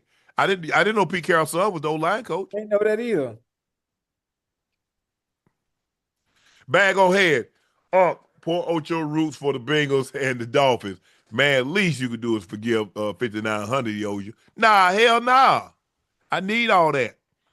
Aaron Jones said the Chiefs false started 3 times that were a second early no call. When the Eagles do it just once, now it's a huge problem. Miss me with that. No, they I'm surprised that they didn't get, because I did see 74, the right tackle, leave a little early. I did see that. Jamarcus Russell, I'm ready for Vegas. Put me in, coach. We got you, bro. Trayvon, hey fellas, do y'all believe the Chargers can make a deep playoff run with the play calling he's been doing? Yes, the Chargers are good, and they're gonna get what's the guy, the D lineman back? 52. Oh, Khalil Mack. Khalil Mack, he'll be back. Bag on head, Monday night bot. Ocho teams gonna get you know what, and will. Ocho, did the Bengals have their backup defense in also? No, but they was tired because they was on the field all game long. No time to rest. No time to rest. MSQ to defend Ocho's Bengals against Unc's Broncos, as Dominique Toretto said, doesn't matter if you win by an inch or a mile, winning's winning. Same thing applies. L, still an L, no matter the score. Not true. Ed Al Smith said my Packers had the worst loss today. Jordan loved them fourth quarter turnovers. Lord have mercy. True. Keith Oliver said if the Bengals beat the Eagles next week, should Baker be mentioned in the MVP discussion? Yes, he's in the MVP discussion. Christopher E. Evans Jr. said the Patriots have to clean up the penalties and stop turning the ball over 5 times. Come on now. That's something normally you don't see from New England. No, that's something we didn't see from New England with Coach Belichick. Yeah. Stephen Bass 314, Unc and Ocho, y'all my favorite people. Unc, give us another childhood story. Also, KC played quarters all game with Giant refused to run the ball. Much love. Been a fan since you were at CBS. I appreciate that, Stephen. Because at the end of the day, they felt that they could stop them with their front seven. Yeah, I do like Scatterbo. Mm-hmm. I like him. He run hard. Scatterbo remind me of Peyton Hillis for some reason. He does. He's not Peyton Hillis, but he just I don't know. He just reminds me. Ash. Jamal the singer. Unc's first word when he gets to heaven, where the hell is Ocho at? Mofo still owes me 5,900. True. Josiah Strong, I'm saying with injuries as well as Purdy, even with those injuries, had a better overall offense. Kemper Norwood Jr. said, Ocho, did all that talking and the Bengals got their brakes beat off of them today. Right, all right. No more Ocho, no more Bengal talk, please. I'm already sad enough. Boom said, I want to know your thoughts on the AFC West and the NFC North. AFC West looks like it's going to be the Chargers. They've already beaten 3 teams. They've already beaten all 3 teams. We'll see what happens if they can, it's early, 3 games, but Chargers got to like where they stand. And then they got the Giants next week. Andrew Powell, Purdy had a bottom 10 defense last year with a clueless DC. Debo Wash, Ayuk hurt, O-line disaster.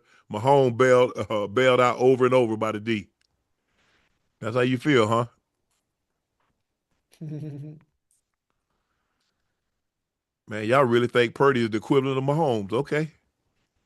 Thank you guys for joining us for another episode of Nightcap. Y'all know who I am. I'm your favorite Unc, Shannon Sharpe, my partner and co-host. That's Liberty City's own Bengals Ring of Fame honoree, Pro Bowler All-Pro. He's Chad Ochocinco Johnson. Please hit that subscribe button. Please hit that like button. And go subscribe to the Nightcap podcast feed wherever you get your podcast from. Thank you. Thank you for your support and your continued support. Please check out Shea by Laportier. If you can't find it in the city or a state near you, order it online. We'll ship it directly to your door. Please drink responsibly and stay safe. Please go follow my media company page on all of its platforms, Shay Media, and my clothing company, 84 with 84 being spelled out. That link is pinned in the chat. The Chiefs run their record to 1-2 thanks to a 22-9 victory over the New York Giants. The Giants fall to 0-3. We also like to thank our very special guests, the gold medal, half of the gold medal winning 4x100-meter relay team, Melissa Jefferson and TeeTee Terry. Congratulations, ladies. Congratulations to all the track and field athletes that competed, especially the Americans, that we run the most medals and the most gold medals. Thank you, American World Championship team. I'm Unc. He's Ocho. We'll see you tomorrow night after Monday Night Football. Peace.